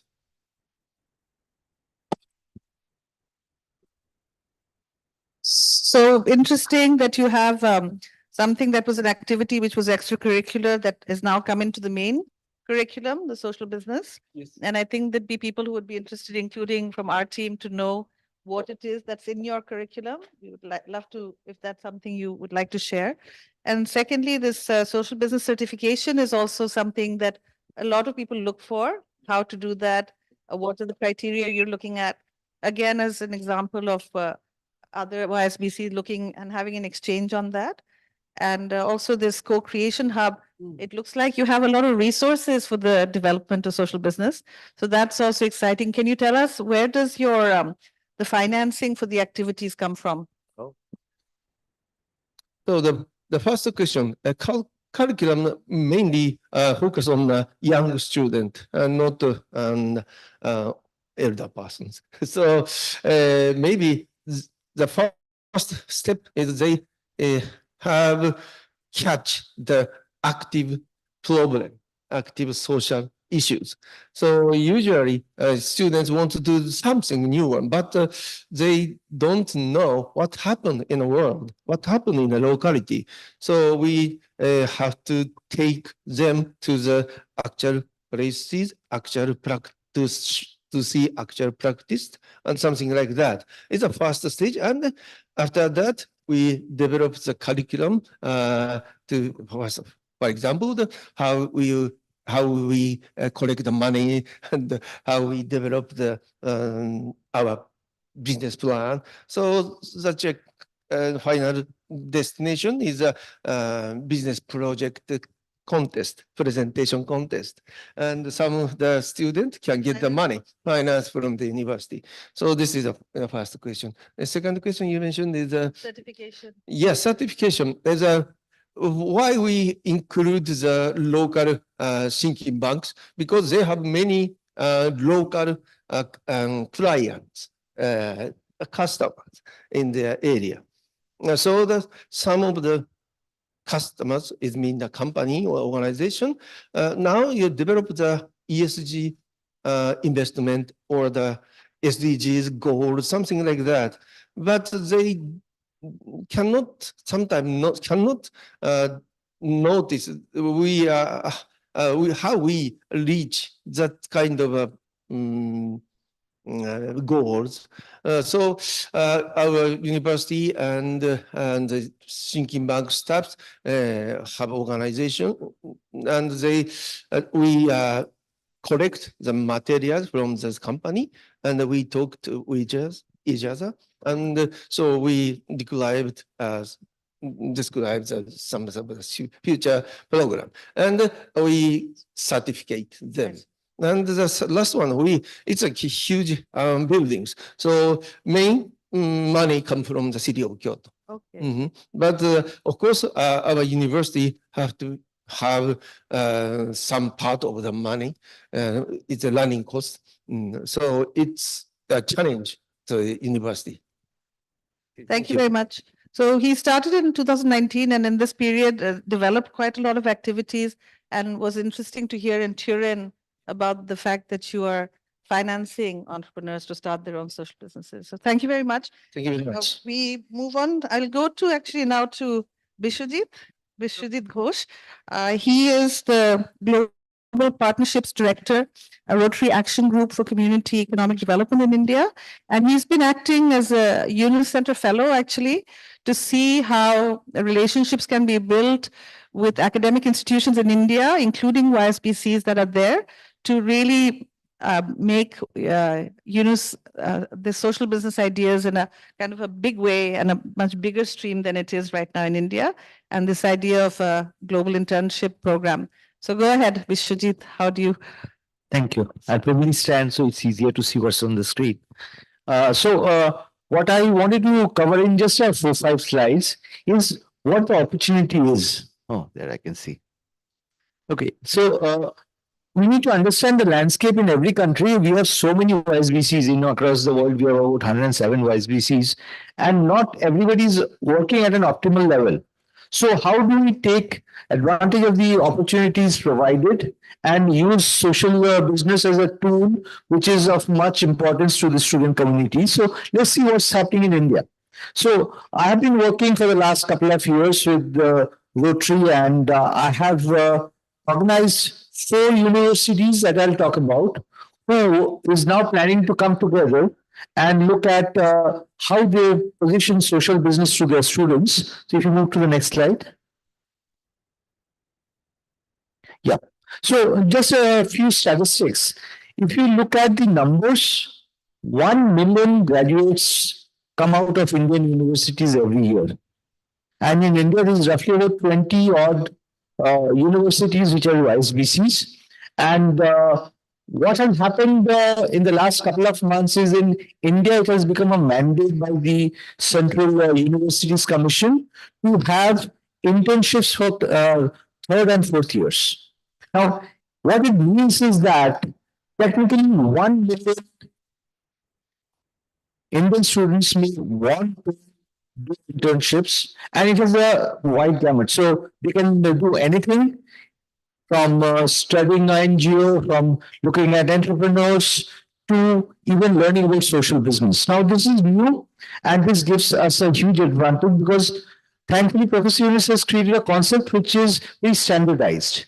We have social business as a very structured form of entrepreneurship, and that's something which is very appealing to young students because they're idealistic at this age. To add to that, have a look at what the Indian ecosystem is going through in terms of startups. So in the last 7 years, the ecosystem has thrown up over 100,000 startups. And the best part is you have 7 times a growth rate. So it's increasing at the rate of 700% every year. Now, if you translate that to the numbers that you see in terms of the graduates emerging out of colleges, it's huge. So what are we thinking in terms of social entrepreneurship and social business?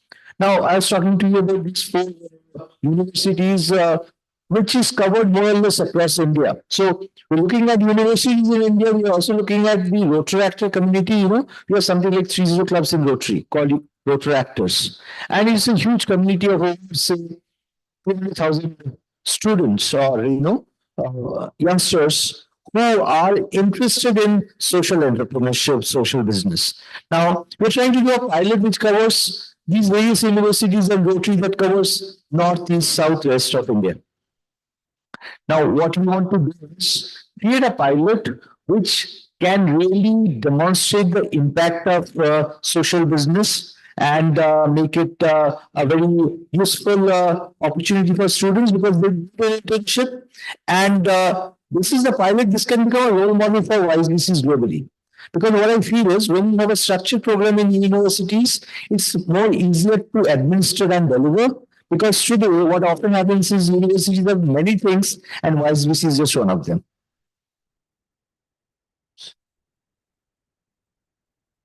So the great part is a lot of youngsters want to be entrepreneurs and they are looking for role models.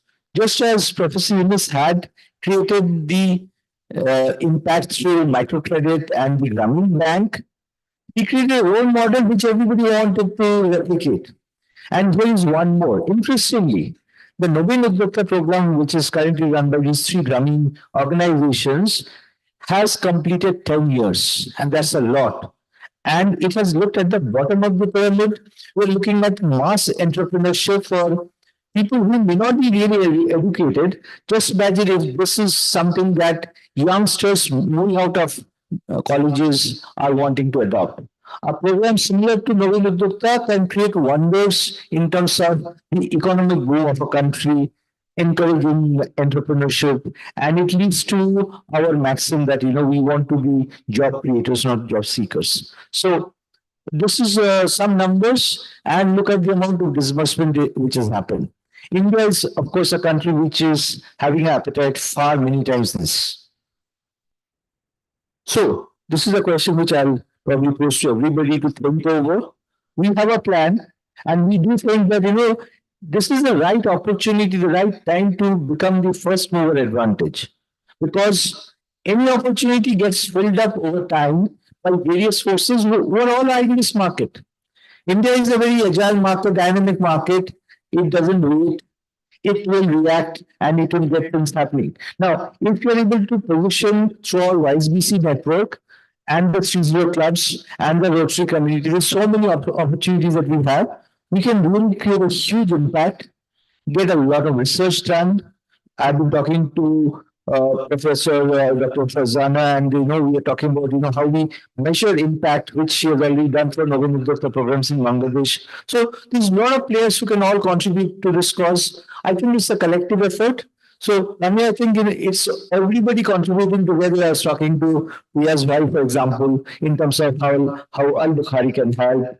Maybe we'll have some conversations with the representatives from Philippines, from China, and from Japan. A lot of best practices we can leverage in this experiment, and if it goes well, we'll look to the world. Thank you. Thank you. Thank you. We wanted to hear about India. This is a country of 1.4 billion, and we have a handful of YSBCs, but we've been talking about, and I think Thailand is doing this very well with connecting all the YSBCs to activate together, to give energy to each other. I think that's something important. When you interacted with the YSBCs in India, are they working together? Is there potential for them to become a network, the ones that are existing, in addition to the ones that you would like to now bring on board? Yes. So, it was easier for me to work with the 4 YSBCs because, I sort of brought them into the YSBC network. Yes. But what I did was to reach out further to like-minded YSBCs. So, in the last 1 month, I spoke to another 4. Everybody is very keen to adopt this, provided it goes on well, the pilot. So, while they're saying that, they have constraint of time, but if we create a working model, we're talking about 20 YSBCs in India. If this works well, a lot of universities who are not YSBCs will come into the table. And we're talking about an exponential growth of YSBC numbers as well as 3-0 clubs. So absolutely, to your question, we can really have everybody onboarding. I think that's the key thing, is to the collaboration and the working together, and the country level networks are getting set in many of the countries. And we see that that's actually a much more effective way to go forward rather than be doing isolated things. You have a track that you're creating, and then people can plug into that.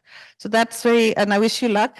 We'll be talking more. Yes. And thank you very much for bringing the perspective from India. So from Bishwajit, I'd like to move to Alex Wang, who represents another country of 1.4 billion. This is China.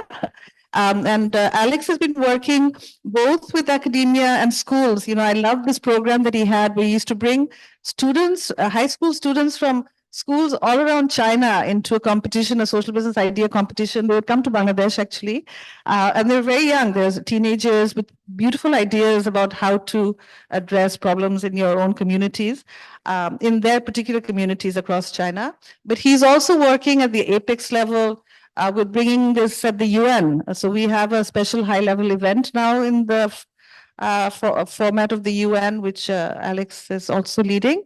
So, and you're also familiar with the YSBCs that are there at Renmin University, Zhengzhou, and the others. So why don't you tell us what you think needs to happen in China, which is very important also for us, for the global movement? First, thanks very much, Lamia, for all biggest mentor, supporter, and also ambassador to share all the information and to provide all the support, lead the movement. First, I want to share with you about Youth Center, some social business youth education program we do. Personally, I traveled to Bangladesh several times, especially before the pandemic, since 2016. And what I learned from in Bangladesh is that I have the program in one bank, and to visit the local branch, I talk with the borrowers, and I joined the group meeting, and all this. I visited different the project site, the social business project site. I learned a lot, and then I have many opportunities to watch professionals talk on education reform or education innovation. The problem for the education now, I mean, is that the current education system is like 100 years ago. So they designed that based on the industry needs. So it's more like they want to industrialize the education sector. So what we feel is that all the schools are like KFC stores. So you get all the different kinds of chicken materials or chicken, and then they send to the shop. And then before they join the KFC, they have different chicken. And after KFC, we standardize that. So it's a standardized products. So especially in many, many countries, I see that doing all the students follow the same curriculum, and the curriculum and books are, like knowledges like 10 years ago, 20 years ago, is not updated.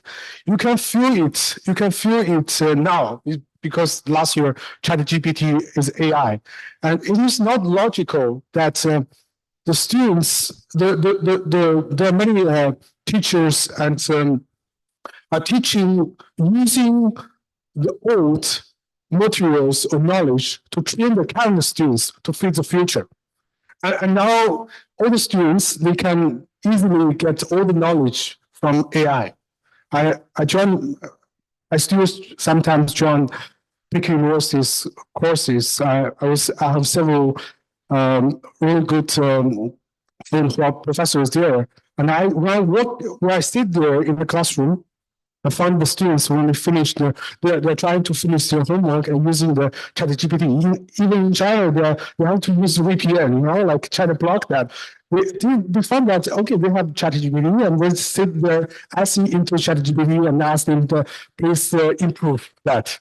Something like that. So when I find that what I learned in Bangladesh work and getting inspired by Professor Yunus and also Yunus Center is that I think the physical world should be your classroom.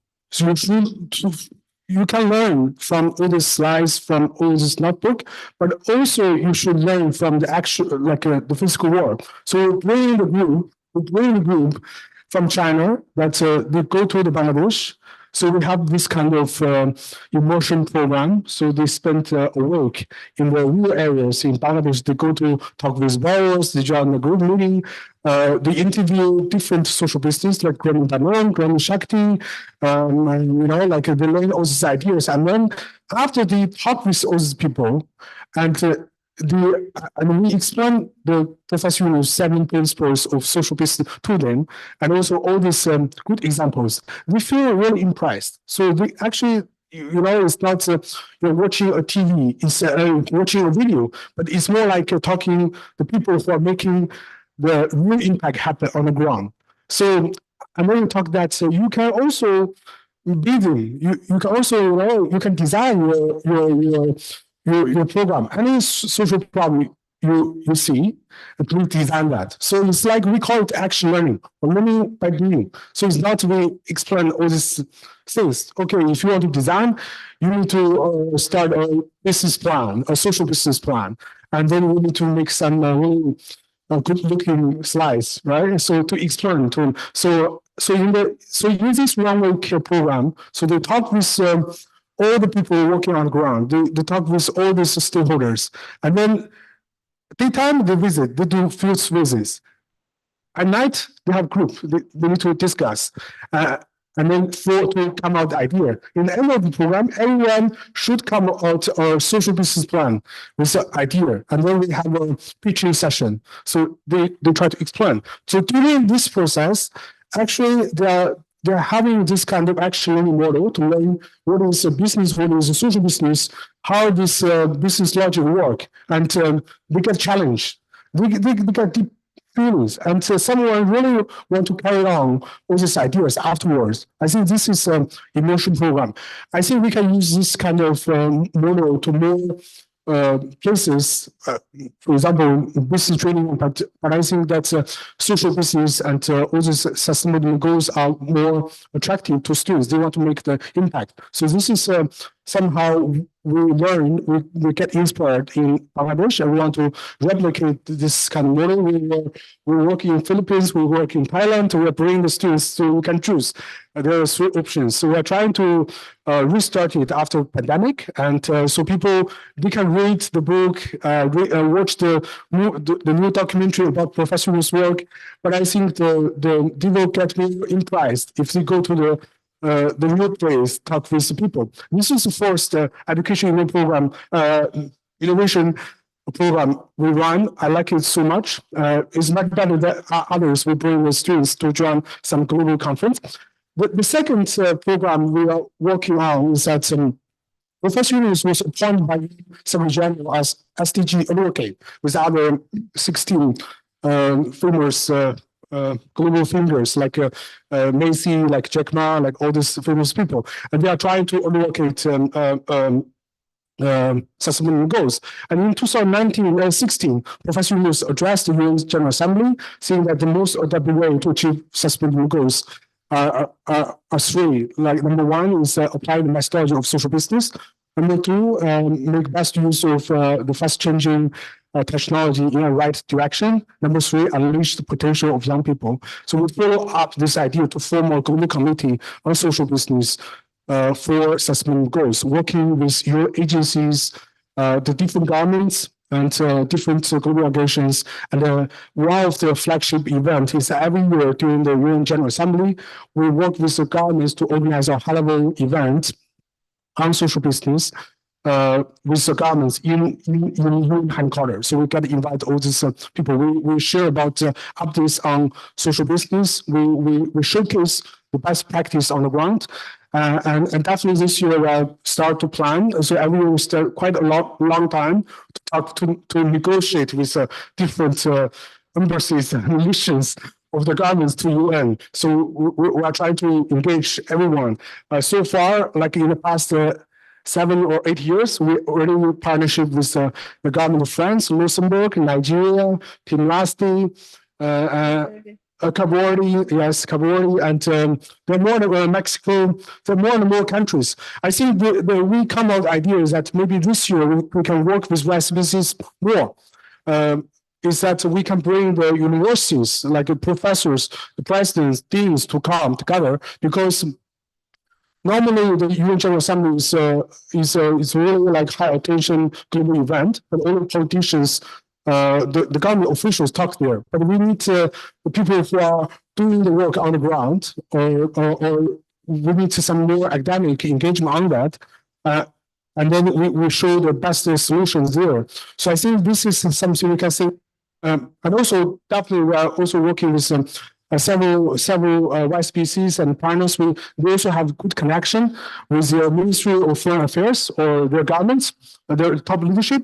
We're talking with them that maybe we can bring them to New York, to the UN headquarters. So we have a good foundation. We have run this in the past 8 years. So we have we know all the process or procedures in UN. We get to know all the logistic works and how we design all the programs. And there are all the famous people, all the world leaders are there that week. So we need to tell them that it's not you come to make a speech and have some slogans and to show on the television. Is that we have the problem solvers and best practice right there. There's good models. We need to tell all these world leaders that what is social business and how this can work out with your governments, with UN agencies, and then we make it together. I think there's many. I already briefly talk about engaging Philippines, engaging Thailand, other countries, and definitely we are looking forward to working with YSPCs more. Thank It's helpful. you. Thank you. Thank you. Thank you very much. Thanks for your comments and thanks for your actions. Thank you.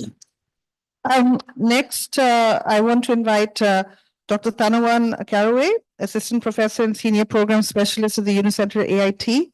You tell us what you're doing through the Unicenter AIT and also the connection with Unis Thailand. This is very interesting how the two institutions work together to take social business forward in Thailand and beyond. Go ahead. Yeah, thank you, Lamia. Welcome again to AIT. It's like you can see that what Unicenter, AIT, and Unis Thailand do. We try to, we want to build ecosystem on social business. As you see that we engage many Thai university here. It's like they come from the north, come from the south, and showcase of their work in like healthcare, in the circular economy, microfinance, and many things that you can see at the booth. That what our aim, and also for international. For Unicenter, we have the 4 big mission for creating social business economy. It's like first is academic program and curriculum development. We offer the programs, workshop, and course to entrepreneur and organization. We have the UNUS Professional Master Special Program for Afghanistan. We call YPM SPA. This is the innovation of master program for Afghan environmental leader and social business entrepreneur. This year we have graduate scholar one, and you can see her here. And this program we do the co-thought with School of Environment, Resource Development, SERD cert at AIT, and School of Management, SOM at AIT too. The program want to build a professional development opportunity for Afghan environmental leader and social entrepreneur to directly address the emerging gap in their country, and sustainable development sector. This for the academic program, and we proud to have this year we have the big thing is like training and capacity building project. We have We Power SAR 100. This is a technical training and leadership development program for women in the power and energy sector. The participant is 100 women. We select them from Bangladesh, Bhutan, India, Maldives, Nepal, Pakistan, and Sri Lanka. They have to join 8-month programs and comprising 10 3 weeks teaching module and seminar. And just last month, we have a capstone seminar at AIT campus here. And so they're going to have 15 credit in professional credential from the program at AIT called Energy Development System Management and Technology SMAT. And for research and innovation, that what I joined the team in I joined 2 years already. For my profession, I want to bring healthcare sector in Thailand more in the social business. At my profession, we know that it's very difficult to have funding and sustainable in the healthcare sector. So they got the funding from the donor, the government, and they cannot go on. In the session before, we talk about this, the innovation and the social business. So at AIT, we have Genki campus that try to create the health environment for the student and staff in AIT.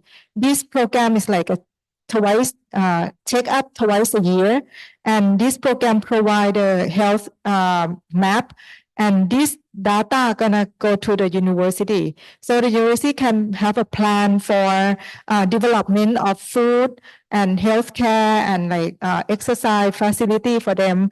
And also the university will reduce the budget or give the budget to the direct direction, maybe okay, we pay too much for the insurance. So if we giving more for the specific program of the problem in the university and issue in the university, that's gonna save money of the university.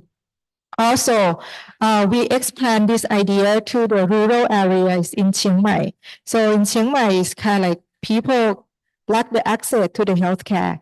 Even Thai government provide free healthcare, but they cannot go to the hospital because their time, their income, and lack of transportation. So we use PSC or Genki campus that, okay, we work together with Ashir from Kyushu University and Grameen Communication. We use PSC together with telemedicine, telehealth to help people at the rural area get access into the primary healthcare. They don't have to go to the hospital. Once they have problem, they link them with the doctor to give the advice by telemedicine.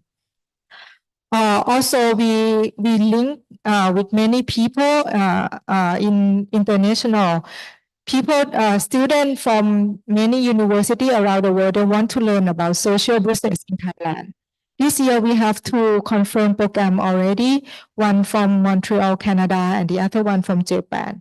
They're gonna come like 2 weeks and 1 week and 1 month to observe and learn about social business in Thailand together with a social business partner in Thailand. So this kind of environment that we want to create in Thailand and in this region that to connect together.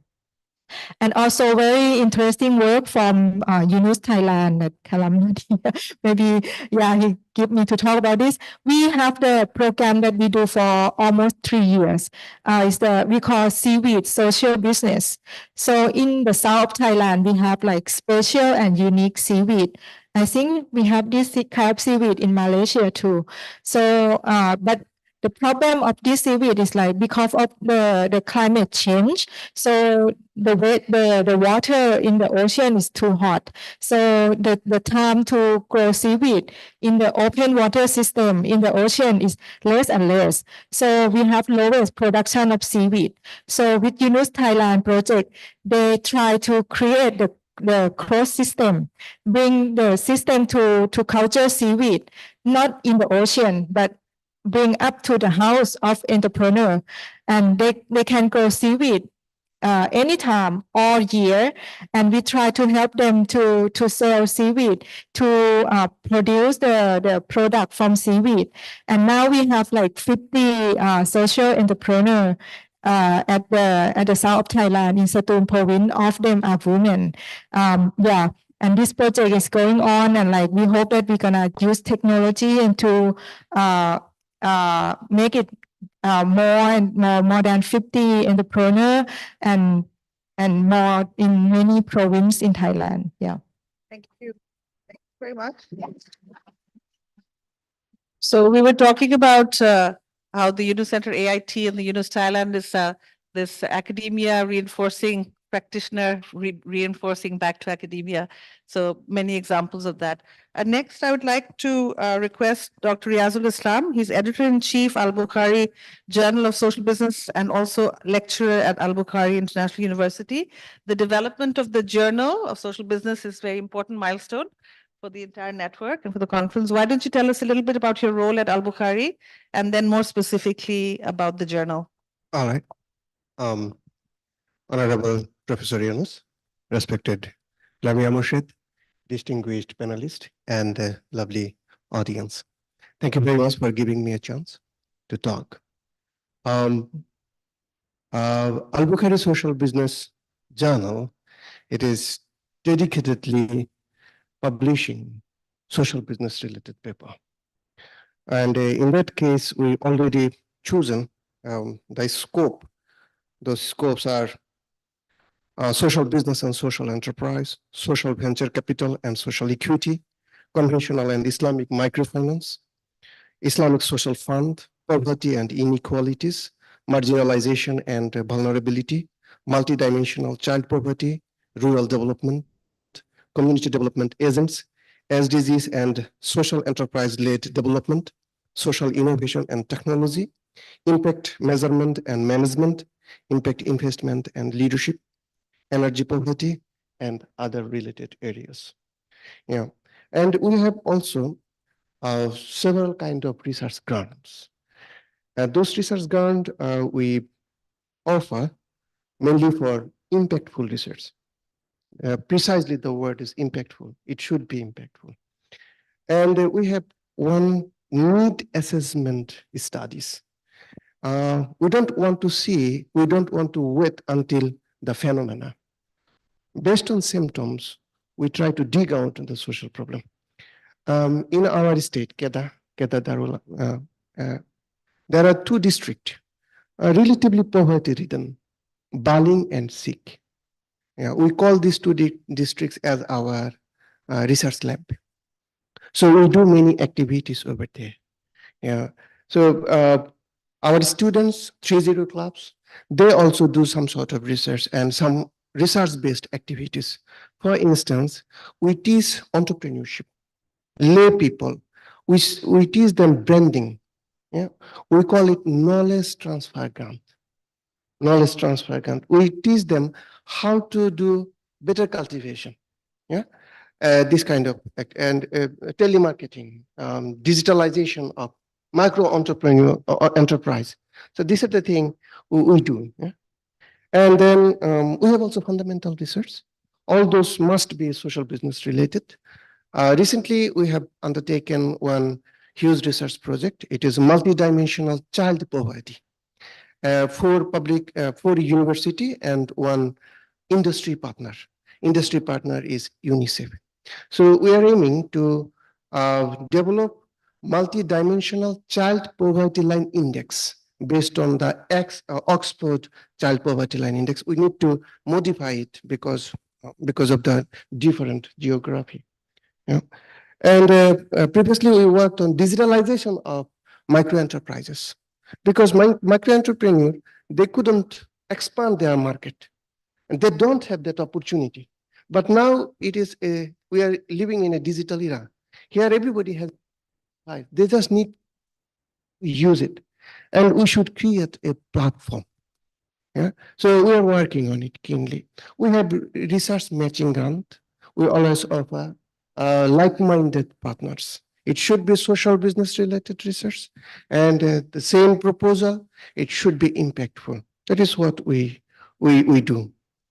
And we have also social business podcast. Yeah, social business podcast. Our students, social enterprises, and social business champions. We take their interview, we talk, and we try to understand the problem, how to solve problem, how to address many things, these related things. Recently, we have taken initiative to launch social business summer camp. Social business summer camp. We are in the process of establishing AIU Press. And only social business related book will be published and in social business way. So it will be auto-generated. It will generate its own income and business will be expanded and more social business related books will be published. So that is our strategy. Yeah, it must not end. Yeah, and we have already developed the base we discussed many times with Professor Faisha. Yeah, we are working together on it. And then I would like to actually extend some proposals if we can do further activities. Number one, we want to publish more books on all social business that those have been established by Professor Yunus. Those should be case studies. Here, academias are here. If we all are together and if we start writing case studies, we can learn from Professor Yunus' life and works. So if I'm not mistaken, more than 50 social business ventures he has established. Why should we not document everything? This is the time, prime time. And then we should do different kind of research on impact measurement, impact management, and impact leadership. New generation should learn new type of leadership. I found that if asset concentration is the problem, then this leadership also a problem. Because all those corporate leaders, they are working on this, right? So we need to change it. So impact leadership should be a an important topic, and we need to undertake it. And social rate of return, we should work on it. We need books on it.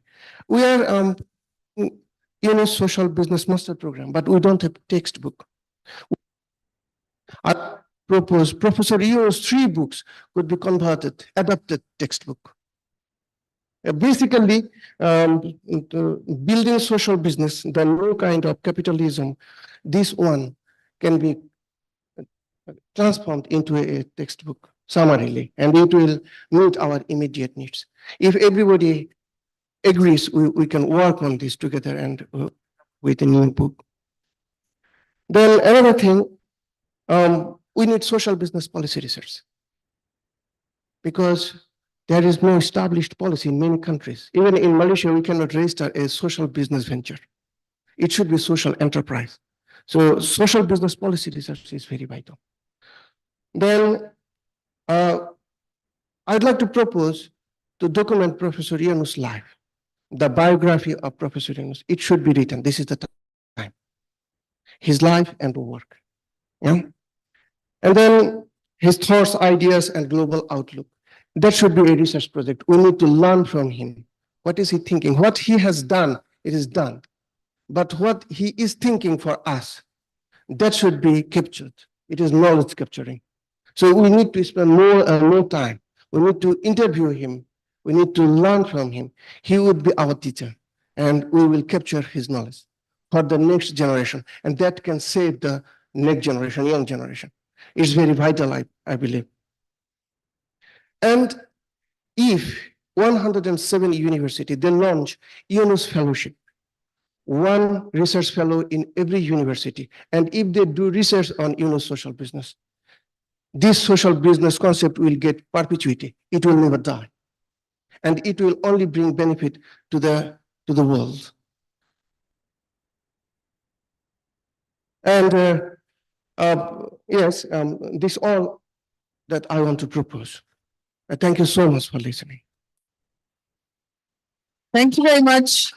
Many descriptions of the research that you've already done. And my question was, can those be accessed, the ones that you're already working on? Are they complete?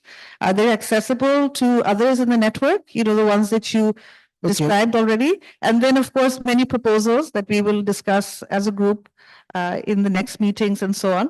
But can you tell us whether the ones that you've done already are accessible to, are published, and whether they're accessible to them? All right. Journal is there, and our Honorable Deputy Vice Chancellor, Research and Innovation, Dr. Suraya Hani Mukhtar, she is the champion. She has executed and established many projects. Those could be exemplified, and the way she uplifted the livelihood of rural micro entrepreneurs, and now they are quite established. They are doing a great job. They know how to scale up their business. So those are the things. And some of our students active exemplifiable, you know. Thank you. Thank you very much. And for your proposals, I really like the idea of the case studies on the social businesses. So we were just talking about Dr. Farhana continuing her work, for example, on the Nobin. She already did some, but maybe an updated one, something that can be disseminated through not just the academia network, but also through the practitioner network, because this is something that's being replicated. And I think, you know, you can maybe use the next day to connect with the others who are here to see if there's interest in taking up some of the specific social businesses to look at, not just the ones in Bangladesh, but also maybe the ones in Thailand. They're here, you could do that. So let's talk about all your proposals. Yeah, and another thing, our upcoming international conference, that is International Conference of on Reminding SDGs through 3.0. And that is going to be held, the tentative date is 26th March 2024. Yeah. 26th? 26th. Can be March. Oh, sorry. May, Okay. 2024. Okay. Thank you. Thank you. It's very good to hear about all the work that you're doing and connected to the topic of this particular SBAC. Thank you very much. So last but not least is Raymond Serios from the Philippines. He's from the Negros Women for Tomorrow Foundation. The experience of Negros is very interesting to us because they started more than 30 years ago with the microcredit following Ramin in Negros, and they are now moved with us to the social business movement, the 3-0 Club movement, also with the academia. So we'd love to hear from you what you're doing and how you think also that the practitioner experience and what's needed for academia in the Philippines, and this thing of the mutually benefiting each other to further the entire movement, and also to please talk about what's coming up in June. Yeah, good afternoon. Thank you, Lamia, for that. Just to, I'd start with some updates on what we're doing in the Philippines, particularly at Negros Women for Tomorrow Foundation, on social business. Two things come out in particular: advocacy and action. Advocacy, we're doing a lot of different stuff on advocacy. But for the longest time, we've been focusing on the schools and the universities that we partnered with through the educators, through the academicians. And lately, we still do that. We still do the course building and then introducing the social business concepts to them and giving them access as well to what we do at the NWTF and the other social businesses within the Philippines, so that they have firsthand information and experience that. But on advocacy as well, we also go direct to the students. We also go direct to the youth. And I'm very proud to say, just coming off from Langkawi last year, we've already formed, I think, 25 or 27 3-0 clubs in Bacolod, near the NWTF headquarters, among the schools that we partner with. And these were particularly 3-0 clubs that were students that were really interested in forming 3-0 clubs because they understood the purpose. They had their own purpose, whether it be for the environment, for to address some sort of social issue like malnutrition or something like that within the school or within their local community. So that has been going very well for us, and even the educators are now realizing that. I just had a conversation with one local university president, who was telling me that at this time the academe has to be mindful, has to be mindful of what is happening in the community. And I guess it's the same thing also for practitioners and even microfinance practitioners, for that matter, and why Negros Women is really moving into the social business. Hence, we're doing a lot of things also in terms of action, and we've involved several other players or several other actors in that field. Of course, one is with the universities, the YSBCs. We've worked with UNUS Thailand and UNUS Center here at AIT, also with their CV program, which we're currently replicating. And then we've worked also with local universities in promoting the circular economy there in the Philippines. The Education Waste Hero of UNUS Thailand is something, and here is something that we're also replicating as well. But one bright thing that's happening for us is that we've been working well with local government units. I'd like to point out in particular a few programs that we've been working on. One is we have a partnership with, we started with a couple of local government units, particularly on sanitation.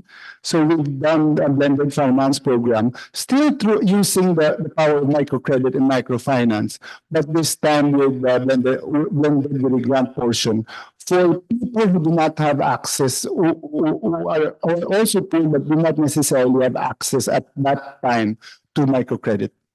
And we're able to build toilets that are within the standards, within the local standards of sanitation. And the other thing is we're able to partner with government also in making sure that we care for the environment, particularly in protected areas. and waste disposal. We're sitting on, I think, two to three local government units in the solid waste management board, and they've been listening to us. We've been working not only with these local governments, but we've been complementing the work that they've been doing in terms of putting all the other actors, whether it's the big companies, the local schools and universities, and even just the youth in those communities to really come in. And this is really purposeful for us at NWTF as we celebrate this year, our 40th year of really trying to improve the lives of the people in the Philippines, particularly in Central Philippines, because we understand that our purpose has always been that. But as we move forward, and there's a lot of talk about sustainability now, not only in the schools, but even in the industries, with even our subsidiary, which is the Dunganon Bank, which is a bank. Right now, the Central Bank of the Philippines has been coming up with sustainable finance guidelines as well. And we've been leading the charge even as a small bank player within the country by doing what we can, not only the microfinance landscape, but even in the renewable energy and aspects.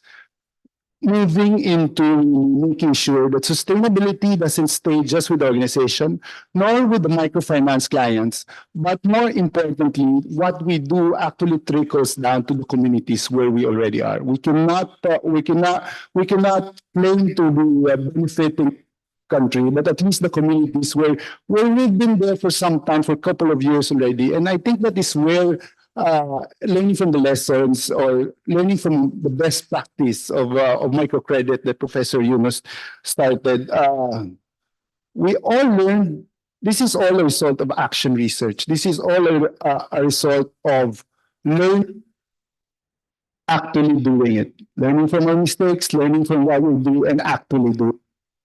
So this is what we hope to share with everybody, especially our partners in the academe. Over time, the 40 years that we've experienced at NWTF at Dunganon, I think honestly that we can shortcut or we can avoid some of those mistakes over time in the microcredit scene, or even in the other things that we've been doing. We've also had so many failures in the different aspects, particularly I'd say in the last 10 years on some micro agri-finance product that we did. But we could actually cut short those losses and learn from them if we have more partnerships with the universities, with the academe, particularly on research. And the academe actually also working with us, and the industry also reaching out a hand to the academe to really showing them what we actually do. I think this is really said that that's where most of the people in this panel are talking about. But what I think is the biggest opportunity here is when we work together. The advocacy also benefits from it. It's the youth, the people who are interested, because the youth today are really talking about purpose more than anything.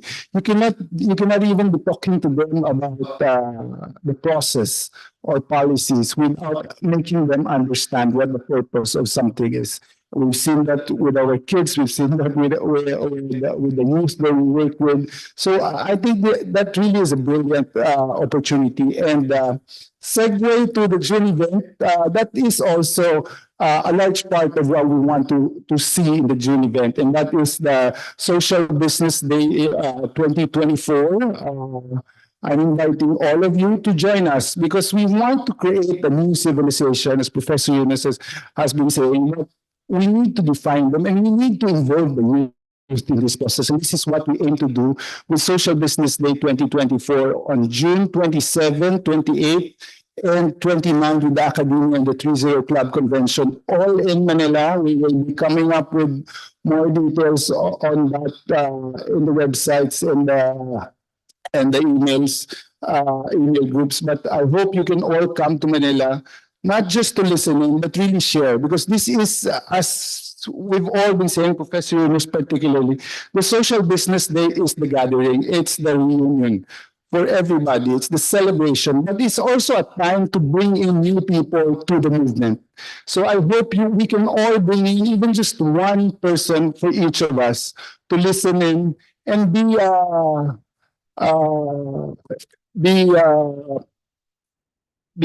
amazed, but at least be inspired by the movement, so that hopefully a fraction of them really takes it on and really does their part, and we all see a world of 3 zeros. Thank you very much. Thank you. So thank you. That brings us to the end of the panel. We just had many examples of the wonderful things that each of you are doing to amplify the impact of social business, either through academia or through practice, and also through the interface of the academia and practice. Also scaling up in countries, especially like India and China. We need you to come on board in a bigger way. And also the cross-country collaborations. We heard about many things that are being done in Thailand, that are being replicated in Philippines, things that are being done in Bangladesh that have been replicated elsewhere, etc. So that whole idea of collaboration, which we talked about. But I'd like to end now because we have another session, and we just thank all of you for your commitment and for coming to Social Business Academia Conference. Thank you. Yes, I can bring there. So maybe before that also. Thank you so much, dear panelists, for another insightful plenary session.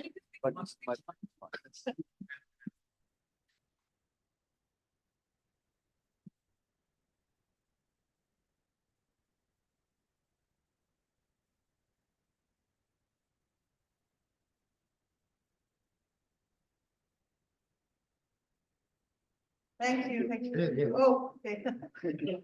One with help. Thank you. Thank you. Thank you.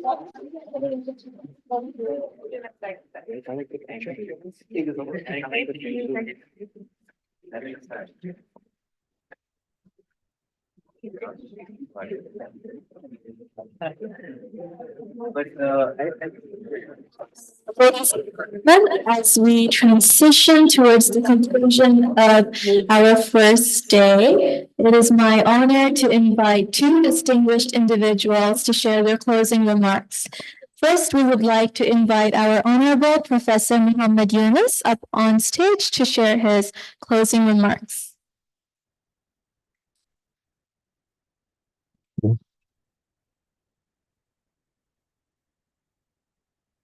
Wonderful. What a lovely day we had. Even after the long day, the audience have not thinned out. There's a lot of high attention we got. And we used to talk about the Social Business Day as a family reunion. Now this is becoming another family reunion. Very broad, very strong, very deep-rooted family reunion on fundamentals, on going to the root of all those issues that we have been raising, analyzing them, and looking forward, what signals we get from our experiences to move forward. That's what we have done the whole day. The amazing experiences. I never heard so many diverse experiences in any social business academia conference. This conference was unique in terms of participation, diversity of experiences, and focus. People thinning out, not knowing what they're supposed to do. This is very focused, paid a lot of attention. And I hope this is the beginning of a new chapter in Academia Conference, which we kind of guide the whole movement of the social business. And the social business movement is taking off in many directions. We are very unexpectedly, we see things happening which we never had before. And as a few minutes back, I was talking to Professor Faiz about my experience of Finance University of Moscow. I was invited there several times, couple of times, to speak to the students. And I did. I like going back to Moscow because they took a lot of interest in microcredit part of it. And Russia was very active in microcredit. Bank of Russia was very active in microcredit. Didn't do much, but a lot of enthusiasm was shown. During that time, I had contacted university people. And that led to visiting them and occasionally talking to them. We have lots of friends in the process. This one coming from Finance University of Moscow, where I was invited before to speak to the students. This time was different. I mentioned this about what academia can do. This was a top university management people with the rector and all the deans, and having a meeting with about a dozen top university officials. The reason they wanted to have a meeting with me, they want to create a advisory committee for Finance University of Moscow. And after all this discussion, what the proposal was that we have decided that this, as a university, taking the highest level of decision, that we want you to be, we invite you to be the chairman of the advisory committee. So that was a big surprise. It's we don't have much contact between Russia and Bangladesh on the academic level. So coming from academic level at that level where it's considered as a top university in Russia. So I was surprised. I said, are you sure you want to do that? Said, well, yes, we have gone to debates and so on, and we all agree now to do that. So then they explained, the rector explained the reason we are doing that, because you came here, explained social business, we liked it, our students liked it. And that gave us the idea that why don't we go that direction. And I, of course, I was very happy to be there, but if in case you change your mind, let me know whenever you're ready to do that. So that was the beginning. Then a few weeks later, they called me back again. I thought they changed their mind or something. No, this time they said, can you help us get the advisory committee members? We suggest who should be the members because it's about social business. You know people more than we know how to proceed with that. So I narrate this experience that the unexpected thing happens. We talk, we see each other, and we communicate with each other. But there are many people who are listening, even without us being aware of it. And that's what kind of carries the message across the world. And that I see in various conferences other than social businesses, when I meet policymakers, government officials about their interest in social business. We never heard of this kind of thing before. We never seen that kind of before. So what we do here is not just limited to ourselves. There's a outer circles and outer circles which pay attention to it, what we do. The reason to me is people are looking for solutions, options. We got caught. And the conventional way of doing things, designing things and recommending things really don't take us anywhere. We keep on piling up the problems that we already piled up. It's no sign of declining. And we see no solution to that. And all the things that we are saying is a kind of a rebellion against the conventional way of doing things. And sometimes I say it's almost doing the reverse way. If you go this way, we go that way. And that's what I try to explain all the time about microcredit. I said, people say, how do you design the whole idea of microcredit? I say, very simple. I have no idea about banking. So I was the best person to design banking because I had no idea what banking is. So when I was trying to reach out to the poor people, so I decided one principle, that whatever banks do, we'll do the opposite. They go to the rich, we go to the poor. They go to men, we go to women. They go to city center, we go to remote village. They want collateral, we said no collateral. See, everything is negative. reverse.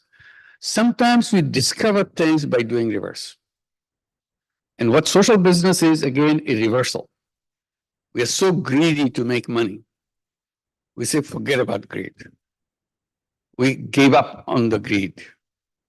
We forget about the profit making, not profit maximizing, just simple profit making. We are not interested in that. So that is a big shocking thing for the whole world. In the beginning, we thought, oh my God, everybody, all the economists will come and beat us up on the street. That's not what they do. They see the weaknesses of the system they have built. They don't admit publicly, but they know the weakness of the system that we have. And they know they now understand the strength of the system that we are proposing. And we're not proposing, we're doing it. We are not waiting for their consent. That's one thing I draw your attention. We're not here to convince anybody that, oh, look at us, you must change your mind. We say, we are doing this. If you like it, join us. If you don't like it, go on. We can't stop you. So that is a big power that we can go on our own and kind of shock them and see things can happen unexpectedly than what they have been doing before.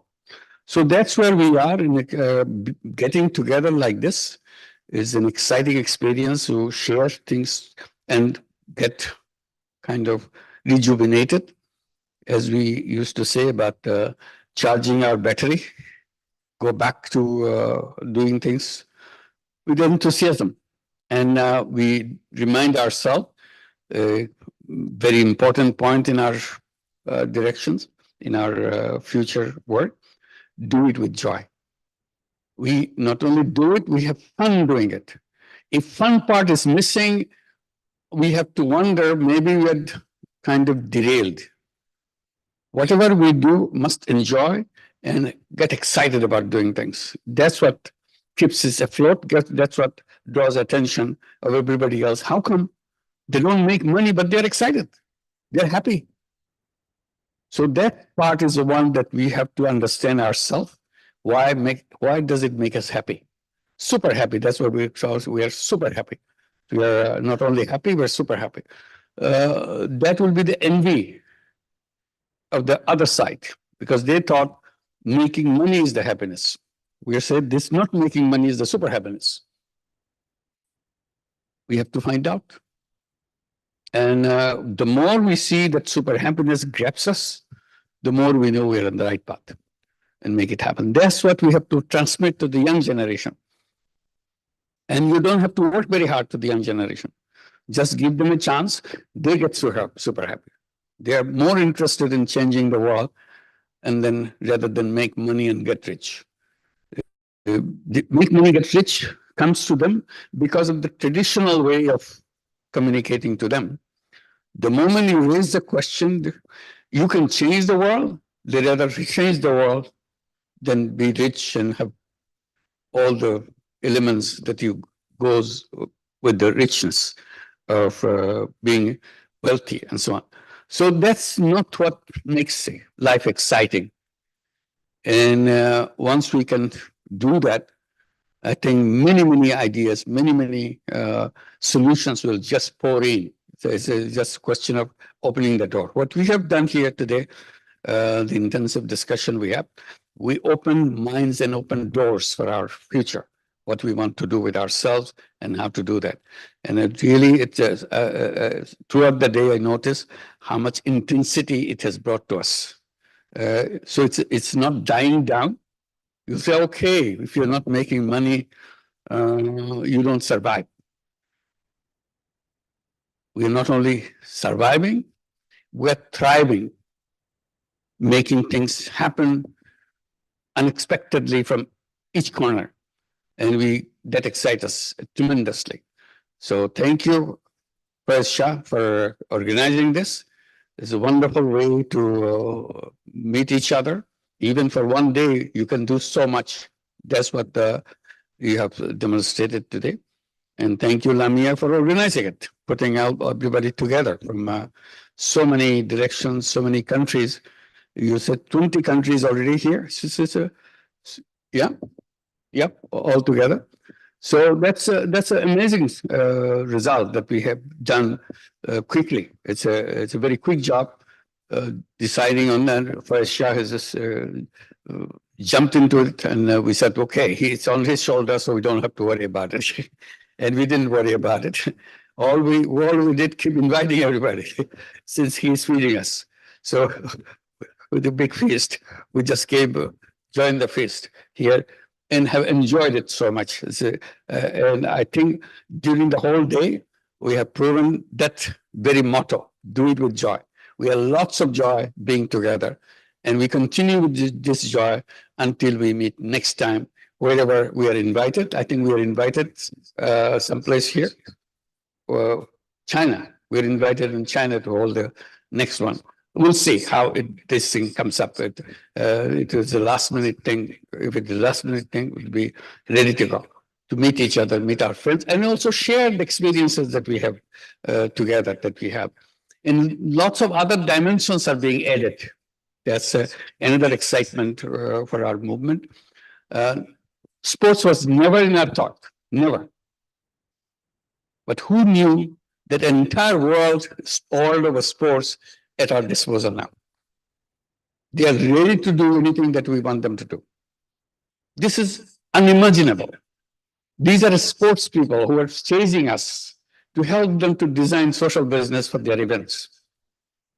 And we are scratching our head how to do that. Because we said you lost the purpose of being socially oriented. We're just enjoying it as an entertainment. I said, this is a tremendous power to change the world. But you don't do that. You don't even aware that you have the power. I said, you have a Aladdin's lamp sitting right on your desk. You never touch it. And that's what the sports are doing. I said, you touch it, big genie will come out and ask you, what would you like to do? What do you like us to do? And you have to order them.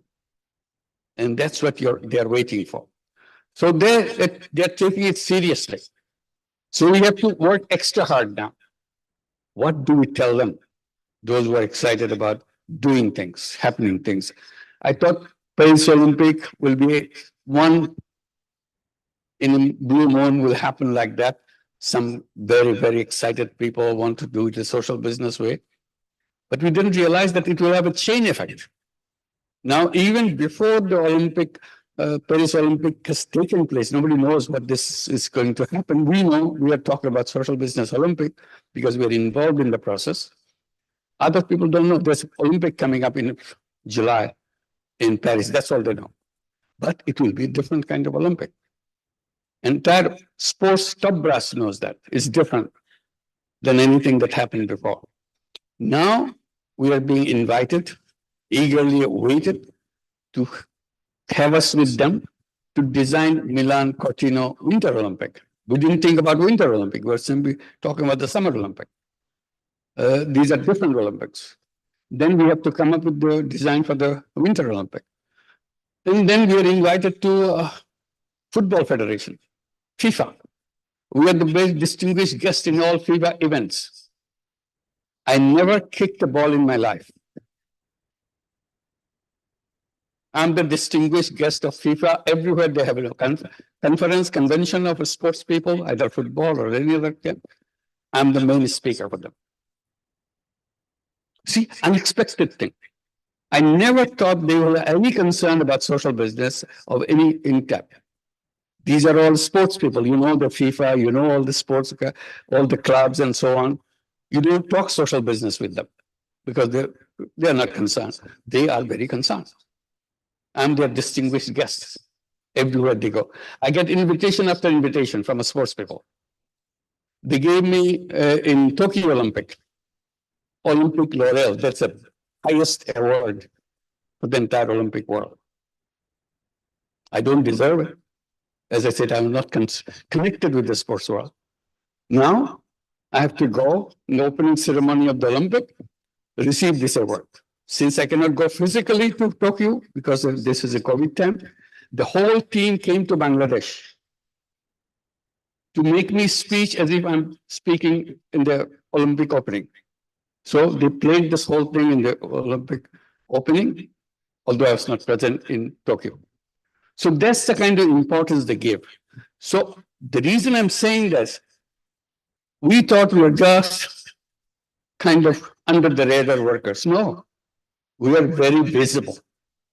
What we do, world is watching, not only watching, they respect our words. Every word we spoke, they respect it. They want to treat it with a great distinction. They pay attention.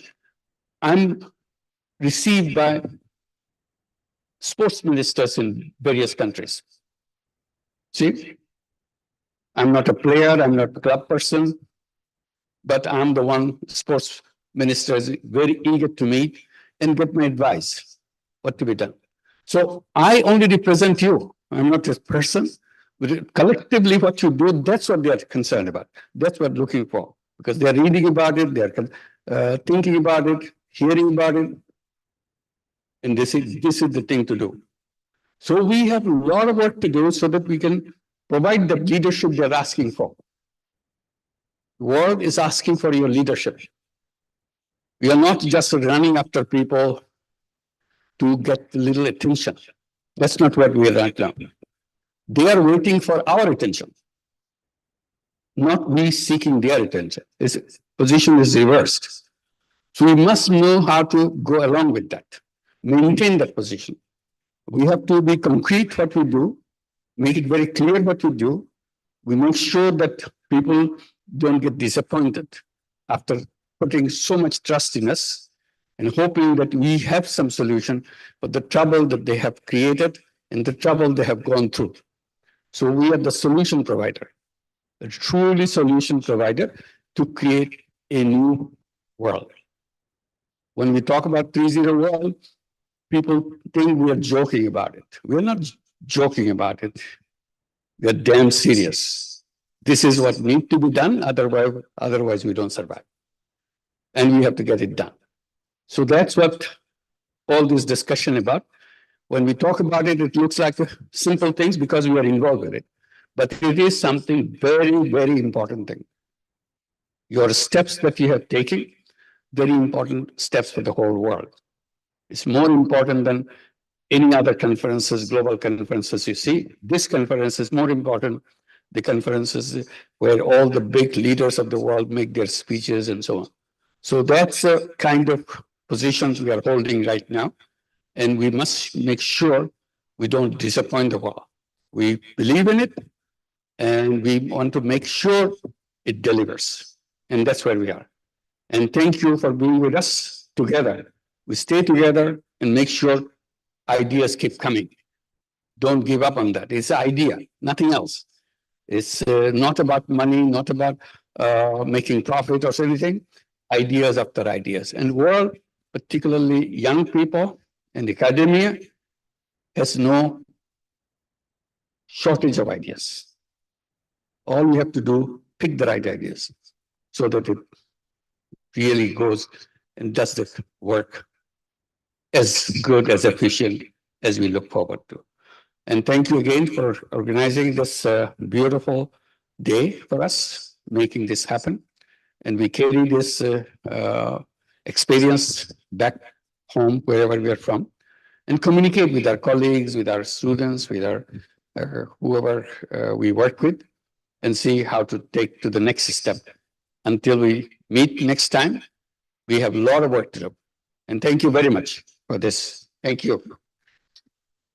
And thank you, Kalam, for organizing this whole thing. Thank you. Thank you.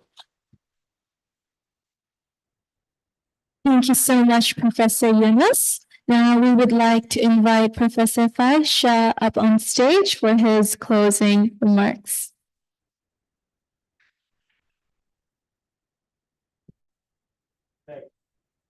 Well, there's really nothing left for me to say. Today's been, like always, such an inspiring day. You know, I always look forward to quality time with Professor Yunus. And this time we've had the opportunity to share this quality time with all of you. So there's two things that I wanted to one, of course, is I have a confession to make. This confession is that, you know, right until about I was 40 years old, I was very dissatisfied. And I was talking to some friends about this morning. I was a very dissatisfied fellow. Like, reasonably well educated, working for the UN, traveling the world, not happy. And then I show up here and I meet Professor Yunus. And it suddenly clicked to me what I had always been wanting to do in my life, which is now what I enjoy, what I love to do. I'm not an academic by desire or training, but literally by force. What I do love is trying to play a positive role in other people's lives. And it doesn't have to be big. It doesn't have to be flamboyant. It doesn't have to have a lot of, what you say, jazz, pomp and circumstance. But it must make you happy. So my confession is, without you, sir, I would not have been a satisfied old man. So thank you for that. The second thing I wanted to talk about is this relative misconception that somehow I'm responsible for success of such events. Well, I'd like you to think that, but that's not true. That's my second confession. It's not. Yes, I do take on this enormous role occasionally because when sir says something, I don't think. I just say, yes, sir, we can do it. But you know why I say that? It's not because there's some miraculous power here. It's because I have this amazing team that you often don't see. And it's these very self-effacing guys who are excellent in what they do, whether they are teaching, whether they're programming, whether they're out in the communities, or whether they're organizing this, drop of a hat events at relatively quick pace, but at very reasonably good quality. So my second confession is that whatever you see, I love to front and I love to take the credit. And please do give credit when you want to. But the real credit belongs to this amazing team that comprises the UNIS Thailand and the UNIS AIT teams. Some of you have met this wonderful bunch of 27 people who just do their own thing and then do everything else. So I'd like to, ask you to give this huge round of applause to Callum and his team, to Vinay and his team, to Saw and her team. And then, because of all these people, I'm able to take this amazing, spot in the limelight. So thank you guys for everything you do. Thank you, sir, for your continuing inspiration. It's been a great day, but it's been, we're half happy today because sir must go back to Dhaka tonight. There's this stuff happening that he can't avoid, but our positive energies go with him back to Dhaka.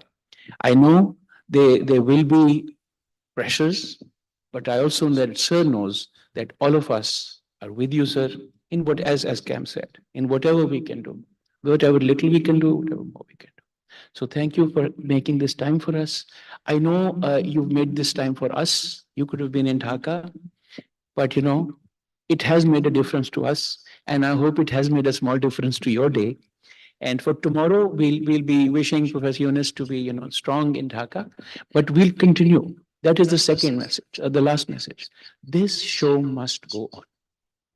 We've got a commitment that we've made to him, and we're going to keep that. So thank you. We'll see you all tomorrow, and have a great evening. Thank you.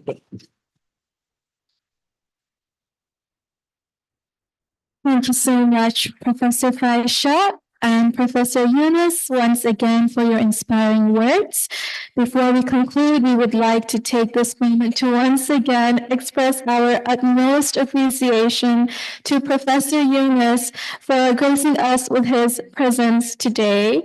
His invaluable contributions have left an indelible mark on our conference, inspiring us to continue our journey towards social entrepreneurship and positive change. We would also like to extend a very heartfelt and sincere thanks to each and every one of you for your active participation and engagement. We hope that you had a wonderful day today, and we look forward to welcoming you again tomorrow for day 2 of the conference. Until then, rest well and see you again soon. Thank you.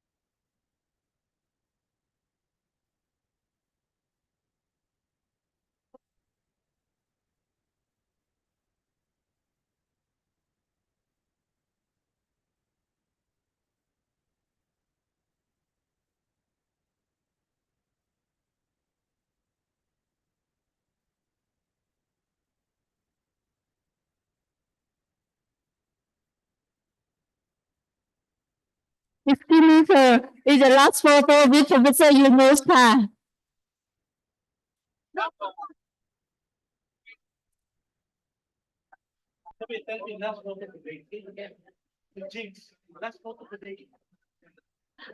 Attention please.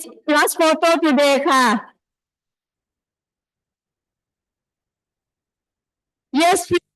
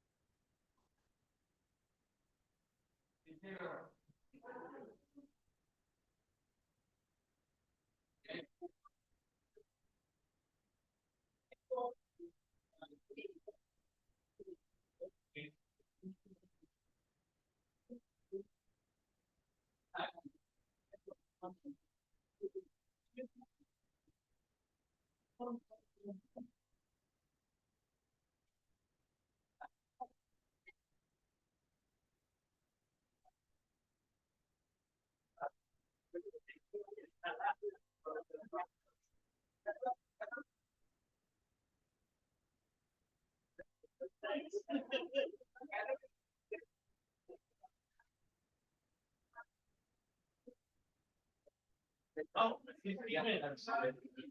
I saw your face. He was at the wedding. Oh, yeah. He was on a piece of paper.